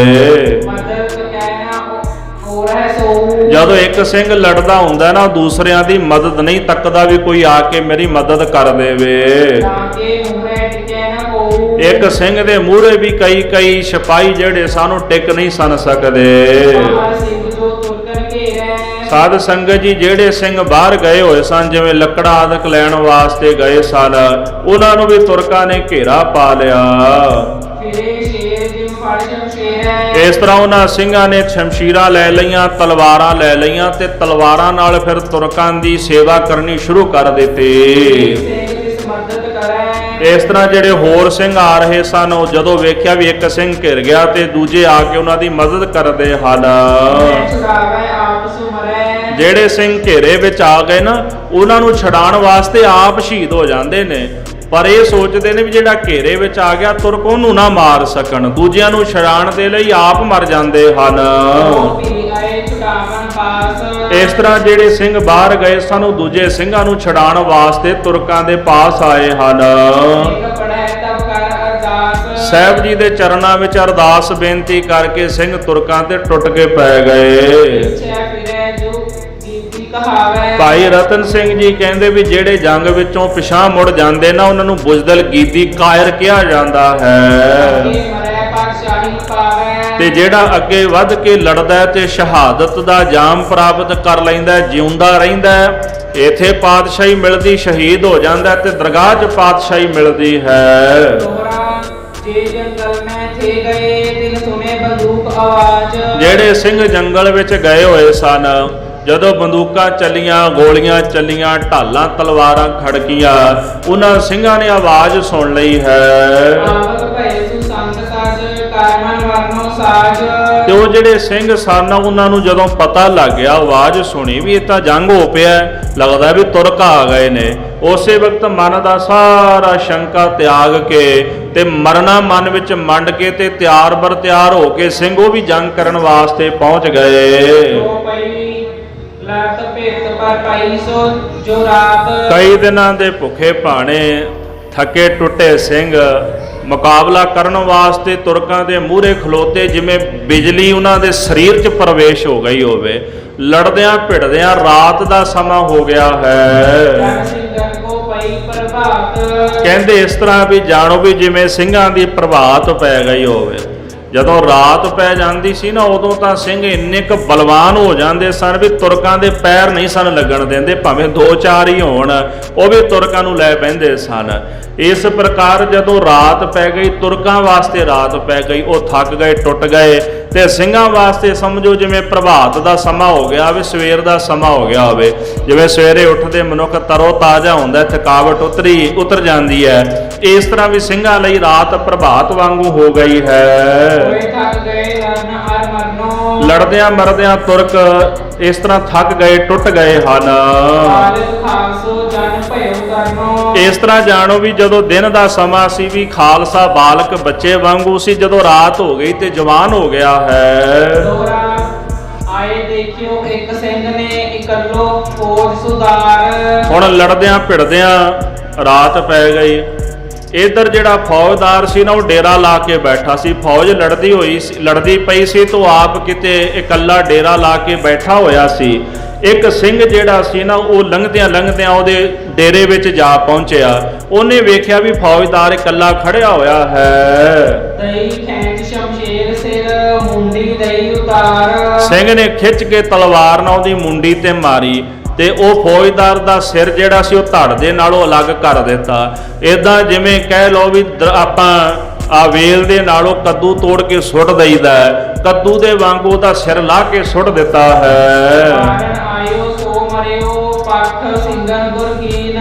ਗੁਰੂ ਕੇ ਸਿੰਘਾਂ ਨੂੰ ਮਾਰਨ ਵਾਸਤੇ ਆਇਆ ਸੀ, ਆਪ ਮਰ ਗਿਆ। ਸਤਿਗੁਰੂ ਕਲਗੀਧਰ ਗੁਰੂ ਨਾਨਕ ਸਾਹਿਬ ਸੱਚੇ ਪਾਤਸ਼ਾਹ ਨੇ ਆਪਣੇ ਸਿੰਘਾਂ ਦਾ ਪੱਖ ਕੀਤਾ ਤੇ ਖਾਲਸੇ ਦੀ ਪੈਜ ਲਾਜ ਰੱਖ ਲਈ ਹੈ। ਜੇ ਤੁਰਕ ਵਿੱਚ ਲੁਕ ਗਏ ਮਿਲ ਸਿੰਘਨ ਲਏ ਛੀਨ। ਇਸ ਤਰ੍ਹਾਂ ਕੁਝ ਤੁਰਕ ਭੱਜ ਗਏ। ਜਦੋਂ ਕਮਾਂਡੋ ਫੌਜਦਾਰ ਮਾਰਿਆ ਜਾਏ ਨਾ, ਫਿਰ ਨਹੀਂ ਫੌਜ ਖੜਦੀ ਹੁੰਦੀ ਕਦੇ ਵੀ। ਤੇ ਜਦੋਂ ਉਹਨਾਂ ਵੇਖਿਆ ਵੀ ਸਾਡਾ ਕਮਾਂਡੋ ਮਾਰਿਆ ਗਿਆ, ਸਾਡਾ ਲੀਡਰ ਮਾਰਿਆ ਗਿਆ, ਜਿਹੜੀ ਫੌਜ ਸੀ ਤੁਰਕਾਂ ਦੀ ਭੱਜ ਗਈ ਤੇ ਕੁਝ ਲੁਕ ਗਏ, ਕੁਝ ਸਿੰਘਾਂ ਨੇ ਝਟਕਾ ਦਿੱਤੇ ਤੇ ਸਿੰਘਾਂ ਨੇ ਇਹਨਾਂ ਦੇ ਡੇਰੇ ਤੇ ਹਮਲਾ ਕੀਤਾ ਤੇ ਸਾਰਾ ਡੇਰਾ ਹੀ ਲੁੱਟ ਲਿਆ ਹੈ। ਜੋ ਪਈ ਸਿੰਘਾਂ ਦੇ ਤਬ ਸ਼ਾਦੀ ਭਈ। ਇਸ ਤਰ੍ਹਾਂ ਘੋੜੇ ਕਹੀਏ, ਹੋਰ ਰਸਤਾ ਪਾਣੀ, ਡੇਰੇ ਵਿੱਚ ਸ਼ਸਤਰ ਬੜਾ ਕੁਝ ਸੀ ਤੁਰਕਾਂ ਦੇ ਕੋਲ, ਉਹ ਸਾਰਾ ਕੁਝ ਸਿੰਘਾਂ ਨੇ ਲੁੱਟ ਲਿਆ। ਤੇ ਇਹਦੇ ਨਾਲ ਸਿੰਘਾਂ ਦੀ ਕਹਿ ਲਓ ਵੀ ਕਈ ਦਿਨਾਂ ਦੀ ਭੁੱਖ ਮਿਟ ਗਈ ਤੇ ਸਿੰਘਾਂ ਦੇ ਘਰ ਵਿੱਚ ਖੁਸ਼ੀਆਂ ਆ ਗਈਆਂ ਹਨ। ਬੈਠੇ ਸਿੰਘ ਆਪ ਦੌਲਤ ਆਈ। ਬੜਾ ਔਖਾ ਸਮਾਂ ਸੀ, ਜੰਗਲ 'ਚ ਬੈਠੇ ਸਨ, ਸਾਗ ਪੱਤੇ ਖਾ ਕੇ ਗੁਜ਼ਾਰਾ ਕਰਦੇ ਸਨ। ਉੱਥੇ ਕਿਹੜਾ ਤੜਕਾ ਲੱਗਦਾ ਸੀ ਸਾਗ ਨੂੰ ਅੱਜ ਵਾਂਗੂ ਵੀ ਇਹ ਪਹਿਲਾਂ ਅੱਧਾ ਕਿਲੋ ਘਿਓ ਦੇਸੀ ਪਾ ਕੇ ਤੜਕਾ ਲਾ ਕੇ ਫਿਰ ਉੱਤੇ ਮੱਖਣ ਠੂਸ ਲੈਨੇ ਆ, ਫਿਰ ਕਹਿੰਦੇ ਜੀ ਫਿਰ ਕਸਟਰੋਲ ਵੱਧ ਗਿਆ ਤੇ ਹੁਣ ਵਧਣਾ ਹੀ ਹੈ। ਹੁਣ ਇਹੋ ਜਿਹੇ ਪਦਾਰਥ ਅਸੀਂ ਜਦੋਂ ਖਾਂਦੇ ਆ, ਬਾਬਾ ਹੋਰ ਖਾਣਾ ਖੁਸ਼ੀ ਖੁਆਰ ਖਿਮਾ ਕਰਿਓ, ਬਾਣੀ ਕਹਿੰਦੀ, ਮੈਂ ਕਹਿੰਦਾ ਹਾਂ ਤੁਸੀਂ ਟੋਕਦੇ ਹੋ। ਮਹਾਰਾਜ ਗੁਰੂ ਨਾਨਕ ਸਾਹਿਬ ਕਹਿੰਦੇ ਬਾਬਾ ਹੋਰ ਖਾਣਾ ਖੁਸ਼ੀ ਖੁਆਰ, ਜਿਤ ਖਾਧੈ ਤਨ ਪੀੜੀਐ ਮਨ ਮੈਂ ਚੜ੍ਹੈ ਵਿਕਾਰ। ਆ ਜਿਹੜਾ ਹੋਰ ਅਸੀਂ ਭੋਜਨ ਖਾਂਦੇ ਆ ਨਾ ਤਮੋ ਗੁਣੀ, ਇਹਦੇ ਨਾਲ ਖੁਆਰੀ ਹੁੰਦੀ, ਜਿਹਦੇ ਖਾਣ ਦੇ ਨਾਲ ਹਿਰਦੇ ਵਿੱਚ ਮਨ ਵਿੱਚ ਵਿਕਾਰ ਚੱਲਦੇ ਨੇ। ਇਹੋ ਜਿਹਾ ਅਸੀਂ ਖੁਸ਼ੀ ਨਾਲ ਭੋਜਨ ਖਾਂਦੇ ਆ, ਪਰ ਇਹ ਭੋਜਨ ਮਨੁੱਖ ਨੂੰ ਮਨ ਕਰਕੇ ਤੇ ਤਨ ਕਰਕੇ ਵਿਕਾਰੀ ਕਰਦਾ ਹੈ। ਉਹ ਸਿੰਘ ਜਿਹੜੇ ਸਨ, ਨਾ ਲੂਣ ਨਾ ਮਿਰਚ ਨਾ ਘਿਓ ਉਹਨਾਂ ਦੇ ਕੋਲ। ਇਸੇ ਤਰ੍ਹਾਂ ਲੱਕੜਾਂ ਲਿਆ ਕੇ ਅੱਗ ਬਾਲ ਲੈਣੀ ਤੇ ਵਿੱਚੇ ਲਿਆ ਕੇ ਉਹਨਾਂ ਨੇ ਸਾਗ ਸੁੱਟ ਲੈਣਾ ਤੇ ਉਬਾਲ ਕੇ ਹੀ ਇਦਾਂ ਹੀ ਖਾ ਲੈਣਾ, ਪੇਟ ਭਰ ਲੈਣਾ। ਸੁੱਕੇ ਪੱਤੇ ਸਾਗ ਖਾ ਕੇ ਗੁਜ਼ਾਰਾ ਕਰਨ ਵਾਲੇ ਸਿੰਘ, ਇਹੋ ਜੀ ਕਲਾ ਮਹਾਰਾਜ ਦੀ ਵਰਤੀ। ਬੈਠੇ ਸਿੰਘ ਆਪ ਦੌਲਤ ਆਈ। ਜੰਗਲ 'ਚ ਬੈਠੇ ਸਨ, ਉਥੇ ਸਿੰਘਾਂ ਵਾਸਤੇ ਆਪੇ ਦੌਲਤ ਚੱਲ ਕੇ ਆ ਗਈ ਹੈ। ਪਰੇ ਸਿੰਘ ਜੂਦ ਰਿਆਉ ਰੁੜਾਏ। ਜਿਹੜੇ ਸਿੰਘ ਚੜ੍ਹਾਈ ਕਰ ਗਏ ਸ਼ਹੀਦ ਹੋ ਗਏ ਸਨ, ਅਕਾਲ ਚਲਾਣਾ ਹੋ ਗਿਆ ਜਿਨ੍ਹਾਂ ਦਾ, ਉਹਨਾਂ ਸਿੰਘਾਂ ਨੂੰ ਜਾ ਕੇ ਦਰਿਆ ਵਿੱਚ ਜਲ ਪ੍ਰਵਾਹ ਕਰ ਦਿੱਤਾ ਹੈ। ਰਾਤ ਹੋਕ ਲੋ ਦੁਗਣੇ ਆਏ। ਇੱਕ ਗੱਲ ਯਾਦ ਰੱਖਿਓ, ਭਾਵੇਂ ਕਿ ਸੰਸਕਾਰ ਕਰਨ ਦੀ ਮਰਿਆਦਾ ਹੈ, ਪੁਰਾਣੇ ਸਮੇਂ ਦੇ ਵਿੱਚ ਵੈਸੇ ਕਿ ਇਹੋ ਜਿਹੇ ਵੀ ਸਾਡੇ 'ਚ ਲੋਕ ਹਨ ਜਿਹੜੇ ਮੁਰਦੇ ਦਾ ਸਰੀਰ ਜਲ ਵਿੱਚ ਪ੍ਰਵਾਹ ਕਰਦੇ ਨੇ। ਵੈਸੇ ਤਾਂ ਕਈ ਤਰੀਕੇ ਨੇ ਜੀ, ਇੱਕ ਪਾਣੀ ਵਿੱਚ ਉਸੱਟੀ ਹੈ, ਇੱਕ ਪੀ ਫਿਰ ਹੱਸਣ ਪਾਏ।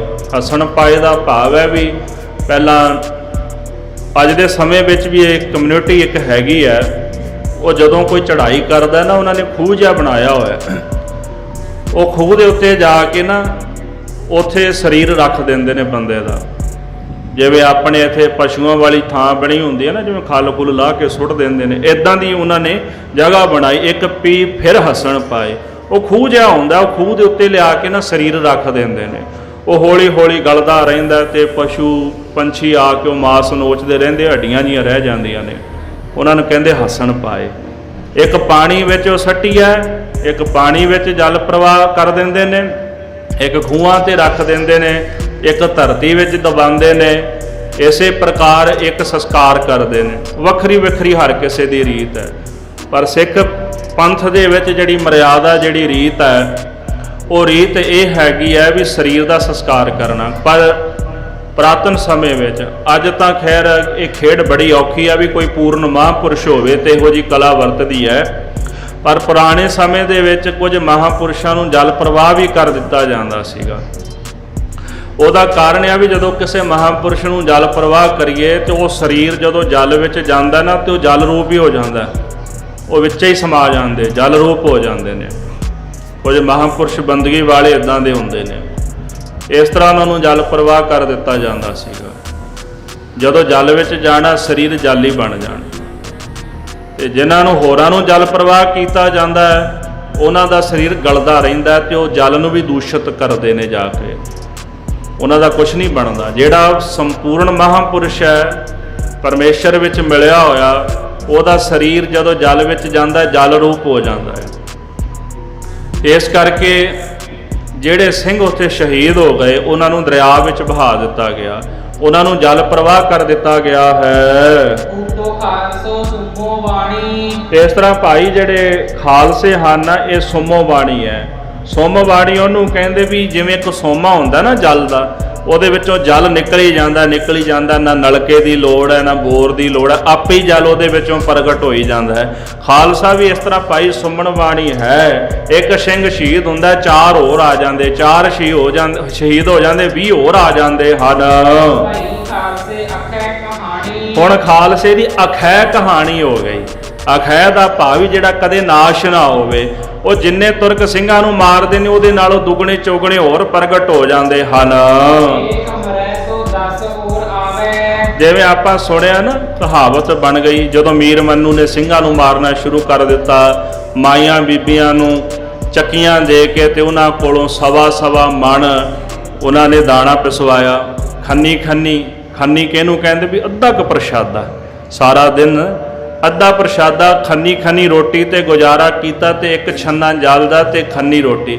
ਬੱਚੇ ਸਨ ਕਈਆਂ ਮਾਈਆਂ ਦੇ ਬੀਬੀਆਂ ਦੇ, ਤੇ ਉਹ ਬੱਚੇ ਹੁਣ ਜਦੋਂ ਮਾਤਾ ਨੇ ਆਪ ਪ੍ਰਸ਼ਾਦਾ ਨਹੀਂ ਛਕਣਾ, ਦੁੱਧ ਕਿੱਥੋਂ ਪਿਆਉਣਗੀਆਂ? ਦੁੱਧ ਵੀ ਨਹੀਂ ਸੀ ਪਿਆਣ ਦਿੰਦੇ, ਬਿਲਕਰੇ ਰਹਿੰਦੇ ਸਨ। ਆਕਾਸ਼ ਵਿੱਚ ਸੁੱਟ ਕੇ ਤੇ ਹੇਠਾਂ ਬਰਛੇ ਕਰ ਦੇਣੇ, ਬੱਚਿਆਂ ਨੂੰ ਪਾੜ ਦੇਣਾ, ਤਲਵਾਰਾਂ ਮਾਰ ਕੇ ਇਸ ਤਰ੍ਹਾਂ ਬੱਚਿਆਂ ਦਾ ਕਤਲ ਕਰ ਦੇਣਾ, ਉਹਨਾਂ ਮਾਤਾਵਾਂ ਦਾ ਕਤਲ ਕਰ ਦੇਣਾ। ਇਹੋ ਜਿਹੇ ਹਾਲਾਤ ਬਣ ਗਏ। ਬੱਚਿਆਂ ਦੇ ਸਰੀਰ ਦੇ ਟੋਟੇ ਕੱਟ ਕੇ ਪਰੋ ਕੇ ਤੇ ਮਾਈਆਂ ਦੇ ਗਲਾਂ 'ਚ ਹਾਰ ਪਾਏ। ਮੀਰ ਮੰਨੂ ਨੇ ਤਾਂ ਜ਼ੁਲਮ ਦੀ ਇੰਤਹਾ ਹੀ ਕਰ ਦਿੱਤੀ ਨਾ ਉਹਨੇ। ਉਦੋਂ ਕਹਾਵਤ ਬਣ ਗਈ ਸੀ, ਮੰਨੂ ਸਾਡੀ ਦਾਤਰੀ ਅਸਾਂ ਮੰਨੂ ਦੇ ਸੋਏ, ਜਿਉਂ-ਜਿਉਂ ਮੰਨੂ ਵੱਢਦਾ ਸੀ ਦੂਣੇ ਚੌਣੇ ਹੋਏ। ਇਹ ਕਹਾਵਤ ਬਣ ਗਈ। ਉਹਨਾਂ ਮਾਤਾਵਾਂ ਦੀ ਬੜੀ ਵੱਡੀ ਕੁਰਬਾਨੀ, ਸਿੰਘਾਂ ਦੀ ਕੁਰਬਾਨੀ। ਉਹ ਕਹਿੰਦੇ ਜਿਉਂ-ਜਿਉਂ ਮੀਰ ਮੰਨੂ ਸਾਨੂੰ ਵੱਢਦਾ ਸੀ ਤਾਂ ਦੂਣੇ ਚੌਣੇ ਹੋਰ ਹੋਈ ਜਾਂਦੇ ਆ, ਜਿੰਨੇ ਸਾਨੂੰ ਨਾਸ਼ ਕਰਦੇ ਨੇ ਅਸੀਂ ਉਨੇ ਹੀ ਵੱਧਦੇ ਜਾਂਦੇ ਆ। ਇਸ ਕਰਕੇ ਖਾਲਸੇ ਦੀ ਅਖੈ ਕਹਾਣੀ ਹੋ ਗਈ ਦੁਨੀਆ ਦੇ ਵਿੱਚ। ਖਾਲਸੇ ਨੂੰ ਮਾਰਨਾ ਚਾਹੁੰਦੇ ਨੇ, ਖਾਲਸਾ ਹੋਰ ਜ਼ਿਆਦਾ ਪ੍ਰਗਟ ਹੋ ਜਾਂਦਾ ਹੈ। ਉਹ ਮਾਰਨ ਦਾ ਯਤਨ ਕਰਦੇ, ਖਾਲਸਾ ਮਰਦਾ ਨਹੀਂ। ਰਹੈ ਦੁਖੀ ਤੋ ਸੁਖੀ ਬਤਾਵੈ। ਜੇ ਕਿਤੇ ਦੁਖੀ ਹੋ ਜਾਣ ਨਾ, ਤੁਸੀਂ ਕਿਸੇ ਸਿੰਘ ਨੂੰ ਮਿਲੋ। ਅੱਜ ਦੇ ਤਾਂ ਹੁਣ ਮਹਾਰਾਜ ਕਹਿੰਦੇ ਨੇ ਵੀ ਜਿਸ ਪੈ ਖੋਲੋ ਗੰਠੜੀ ਦੁਖੀ ਭਰਿਆ ਆ, ਵੀ ਅੱਜ ਦਾ ਸਮਾਂ ਤਾਂ ਇਦਾਂ ਦਾ ਹੀ ਹੈ ਵੀ ਜਿਹਦੇ ਕੋਲ ਜਾਓ ਨਾ ਤੁਸੀਂ, ਤੂੰ ਆਪਣਾ ਇੱਕ ਦੁੱਖ ਸੁਣਾ ਦਿਓ, ਉਹ ਕੋਲ ਆਪਣੀ ਪੰਡ ਖੋਲ ਦਿੰਦਾ ਹੈ ਵੀ ਤੇਰੇ ਕੋਲ ਇੱਕ ਹੈ ਭਰਾਵਾ, ਮੇਰੇ ਕੋਲ ਤਾਂ 1000 ਰੁਪਏ ਹੋਏ ਨੇ। ਇਹੀ ਹਾਲ ਹੈ ਨਾ। ਜਿਵੇਂ ਮਸ਼ਕੀਨ ਜੀ ਕਹਿੰਦੇ ਨੇ ਵੀ ਕਿਸੇ ਨੂੰ ਪਰਖਣਾ ਹੋਵੇ ਨਾ, ਵੀ ਤੁਸੀਂ ਆਪਣਾ ਇੱਕ ਦੁੱਖ ਸੁਣਾ ਦਿਓ, ਅਗਲਾ ਪੰਡ ਖੋਲ ਕੇ ਮੂਹਰੇ ਰੱਖ ਦਿੰਦਾ ਹੈ ਵੀ ਤੂੰ ਦੁਖੀ, ਮੈਂ ਤਾਂ ਤੇਰੇ ਨਾਲੋਂ ਹੋਰ ਜ਼ਿਆਦਾ ਦੁਖੀ ਹਾਂ।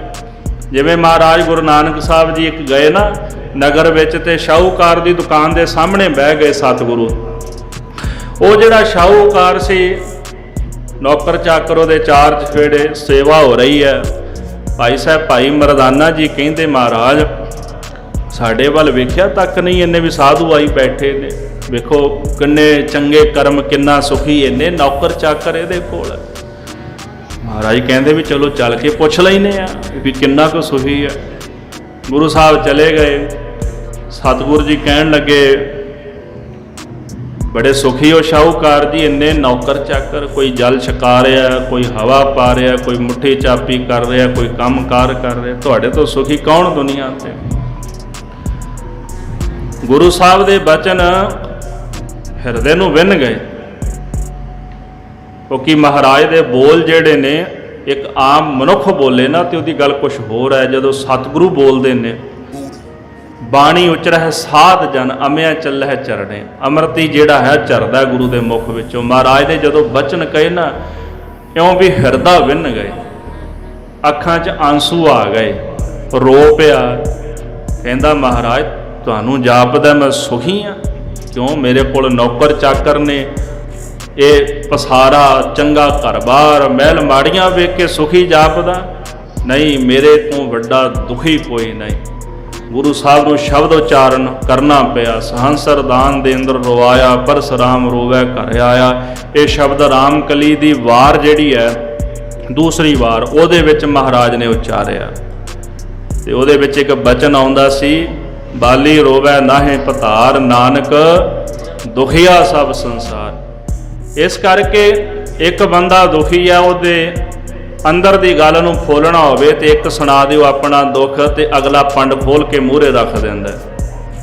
ਤੇ ਖਾਲਸੇ ਦਾ ਕੀ ਸੁਭਾਅ ਸੀ? ਜਦੋਂ ਕਿਸੇ ਨੇ ਮਿਲਣਾ, ਖਾਲਸਾ ਜੀ ਕਿੱਦਾਂ ਹੋ? ਚੜ੍ਹਦੀ ਕਲਾ ਆ, ਚੜ੍ਹਦੀ ਕਲਾ। ਸਮਾਂ ਭਾਵੇਂ ਜੈਸਾ ਮਰਜ਼ੀ ਹੋਵੇ, ਉਹਨਾਂ ਦਾ ਬੋਲਾ ਹੀ ਕਹਿੰਦੇ ਚੜ੍ਹਦੀ ਕਲਾ ਵਾਲਾ ਸੀ। ਜਦੋਂ ਕਹਿਣਾ ਚੜ੍ਹਦੀ ਕਲਾ, ਅਗਲੇ ਨੇ ਵੀ ਸੋਚਣਾ ਭਾਵੇਂ ਸਮਾਂ ਜੈਸਾ ਵੀ ਹੈ ਪਰ ਹਲੇ ਵੀ ਚੜ੍ਹਦੀ ਕਲਾ 'ਚ ਨੇ। ਅੰਦਰ ਦਾ ਸਾਹਸ, ਅੰਦਰ ਦੀ ਦਲੇਰੀ ਬੰਦੇ ਨੂੰ ਟੁੱਟਣ ਨਹੀਂ ਦਿੰਦੀ, ਸਮੇਂ ਭਾਵੇਂ ਕੈਸਾ ਵੀ ਹੋਵੇ, ਸਮਾਂ ਕੈਸਾ ਵੀ ਹੋਵੇ। ਜਦੋਂ ਬੰਦੇ ਦੀ ਦਲੇਰੀ ਟੁੱਟ ਜਾਂਦੀ ਹੈ ਨਾ, ਅੰਦਰ ਦਾ ਸਾਹਸ ਖਤਮ ਹੋ ਜਾਂਦਾ ਹੈ, ਉਦੋਂ ਬੰਦਾ ਗੋਡੇ ਟੇਕ ਦਿੰਦਾ ਹੈ। ਜਦੋਂ ਤੁਸੀਂ ਗੋਡੇ ਟੇਕਦੇ ਹੋ, ਤੁਹਾਨੂੰ ਮੁਸੀਬਤਾਂ ਘੇਰ ਲੈਂਦੀਆਂ ਨੇ। ਇਸ ਕਰਕੇ ਬਾਣੀ ਦਾ, ਸ਼ਬਦ ਦਾ ਆਸਰਾ ਲਈਏ, ਗੁਰਮੰਤਰ ਦਾ ਆਸਰਾ ਲਈਏ। ਜੋ ਮੰਦਰ ਕੋ ਥੰਮੈ ਥੰਮਨ, ਤੇ ਉਹ ਗੁਰ ਕਾ ਸ਼ਬਦ ਮਨ ਹੈ ਅਸਥੰਮਨ। ਜੈਸੇ ਆ ਪਿੱਲਰ ਲੈਂਟਰ ਸੰਭਾਲੀ ਬੈਠਾ ਨਾ, ਪਿੱਲਰ ਥੱਲੇ ਨੀਂਹ ਹੈ ਤੇ ਕੰਧਾਂ ਦੇ ਉੱਪਰ ਵੀ ਪਿੱਲਰ ਪਾਏ ਜਾਂਦੇ ਨੇ, ਸੰਭਾਲੀ ਬੈਠੇ ਨੇ ਸਾਰਾ ਕੁਝ। ਵੇਟ ਇਹਦੇ ਤੇ ਆ ਨਾ, ਲੈਂਟਰ ਦਾ ਸਾਰਾ, ਪਿੱਲਰਾਂ ਤੇ।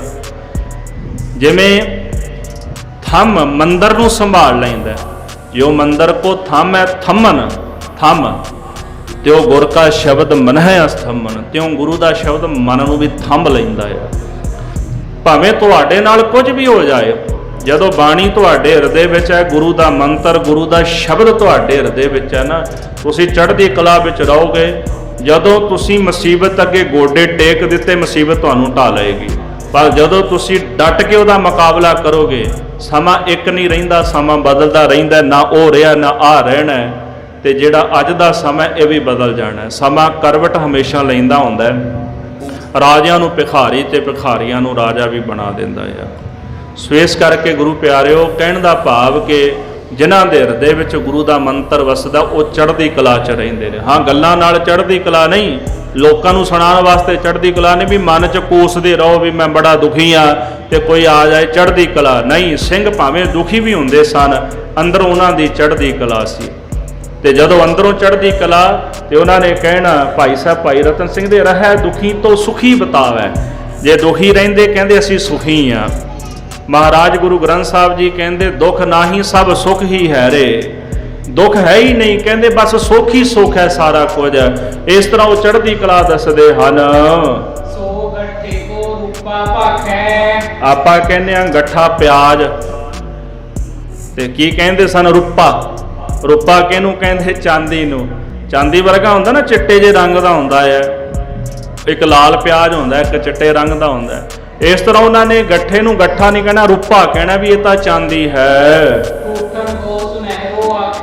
ਜਿਹੜੇ ਠੂਠੇ ਉਹਨਾਂ ਦੇ ਕੋਲ ਹੁੰਦੇ ਸਨ, ਠੂਠਾ ਕਿਹਨੂੰ ਕਹਿੰਦੇ? ਵੀ ਮਿੱਟੀ ਦਾ ਕੱਚਾ ਭਾਂਡਾ, ਉਹਨੂੰ ਕਹਿਣੇ ਤਾਂ ਸੁਨਹਿਰਾ ਹੈ। ਸੁਨਹਿਰਾ ਕਿਹਨੂੰ ਕਹਿੰਦੇ? ਸੋਨੇ ਦੇ ਬਾਟੇ ਨੂੰ, ਵੀ ਇਹ ਤਾਂ ਸੋਨੇ ਦਾ ਬਾਟਾ ਆ ਸਾਡਾ। ਖਾਲਸੇ ਦੇ ਬੋਲ ਵੀ ਚੜ੍ਹਦੀ ਕਲਾ ਵਾਲੇ ਨਾ, ਜਿਹਦੇ ਵਿੱਚ ਨਿਹੰਗ ਸਿੰਘ ਦੇਗ ਰਗੜਦੇ ਨੇ, ਉਹਨੂੰ ਕੀ ਕਹਿੰਦੇ? ਆਪਾਂ ਕੁੰਡਾ ਕਹੀ ਜਾਂਦੇ ਆ, ਵੀ ਦੌਰੀ ਡੰਡਾ ਜਾਂ ਕੁੰਡਾ ਕਹਿਤਾ। ਉਹ ਕਹਿੰਦੇ ਵੀ ਸੁਨਹਿਰਾ, ਇਹ ਸੋਨੇ ਦਾ ਬਾਟਾ ਹੈ। ਠੂਠੇ ਨੂੰ ਵੀ ਸੋਨੇ ਦਾ ਬਾਟਾ ਹੀ ਕਹਿੰਦੇ ਹਨ। ਭੁੱਖੇ ਰਹਿੰਦੇ ਨੇ, ਕਹਿੰਦੇ ਜੀ ਲੰਗਰ ਮਸਤ ਹੋ ਗਿਆ ਜੀ, ਮਸਤਾਨਾ ਹੋ ਗਿਆ ਲੰਗਰ। ਕਦੇ ਨਹੀਂ ਕਹਿਣਾ ਵੀ ਲੰਗਰ ਮੁੱਕ ਗਿਆ, ਵੀ ਅਸੀਂ ਭੁੱਖਿਆ ਨਹੀਂ। ਕਹਿੰਦੇ ਲੰਗਰ ਮਸਤ ਹੋ ਗਿਆ, ਮਸਤਾਨਾ ਹੋ ਗਿਆ ਹੈ। ਖੂਹਾਂ ਵਿੱਚ, ਜੰਗਲਾਂ ਵਿੱਚ, ਬੇਲਿਆਂ ਵਿੱਚ, ਦਰਿਆ ਦੇ ਕੰਢਿਆਂ ਦੇ ਉੱਤੇ ਜਾ ਕੇ ਰਹਿੰਦੇ ਨੇ। ਅੱਗੇ ਹੁਣ ਕਥਾ ਵੀ ਆਉਣੀ ਹੈ ਬਘਿਆੜਾਂ ਦੀ ਖੱਡ ਵਿੱਚ ਰਹਿਣ ਵਾਲੇ ਸਿੰਘਾਂ ਦੀ, ਜਿਨ੍ਹਾਂ ਤੁਰਕਾਂ ਨਾਲ ਜੰਗ ਕੀਤਾ। ਕੱਲ੍ਹ ਦੇ ਦੀਵਾਨ ਵਿੱਚ ਉਹਨਾਂ ਦੀ ਕਥਾ ਆਪਾਂ ਸਰਵਣ ਕਰਾਂਗੇ। ਸਮੇਂ ਦੇ ਲਿਹਾਜ਼ ਨਾਲ ਸਮਾਪਤੀ ਹੈ। ਭੁੱਲਾਂ ਚੁੱਕਾਂ ਦੀ ਖਿਮਾ ਕਰਨੀ। ਹੇ ਗੋਬਿੰਦ, ਹੇ ਗੋਪਾਲ, ਹੇ ਦਇਆਲ, ਪ੍ਰਾਣਨਾਥ ਅਨਾਥ ਸਖੇ ਦੀਨ ਦਰਦ, ਹੇ ਸਮਰੱਥ ਅਗੰਮ ਪੂਰਨ ਮੋਹਿ ਮਇਆ, ਅੰਧਕੂਪ ਮਹਾ ਭਿਆਨ ਨਾਨਕ ਪਾਰ, ਆਏ ਪ੍ਰਭ ਸਰਣਾਗਤੀ ਕਿਰਪਾ ਨਿਧ ਦਇਆਲ, ਏਕ ਅਖਰ ਹਰ ਮਨ ਬਸਤੋ ਨਾਨਕ ਹੋਤ ਨ, ਵਾਹਿਗੁਰੂ ਨਾਮ ਜਹਾਜ ਹੈ ਚੜੇ ਸੋ ਉਤਰੇ ਪਾਰ, ਜੋ ਸ਼ਰਧਾ ਕਰ ਸੇਵੰਦੇ ਗੁਰ ਪਾਰ ਉਤਾਰਨ, ਜੋ ਸ਼ਰਧਾ ਕਰ ਸੇਵੰਦੇ ਗੁਰ ਪਾਰ ਉਤਾਰਨ ਹਾਰ। ਵਾਹਿਗੁਰੂ ਜੀ ਕਾ ਖਾਲਸਾ, ਵਾਹਿਗੁਰੂ ਜੀ ਕੀ ਫਤਿਹ।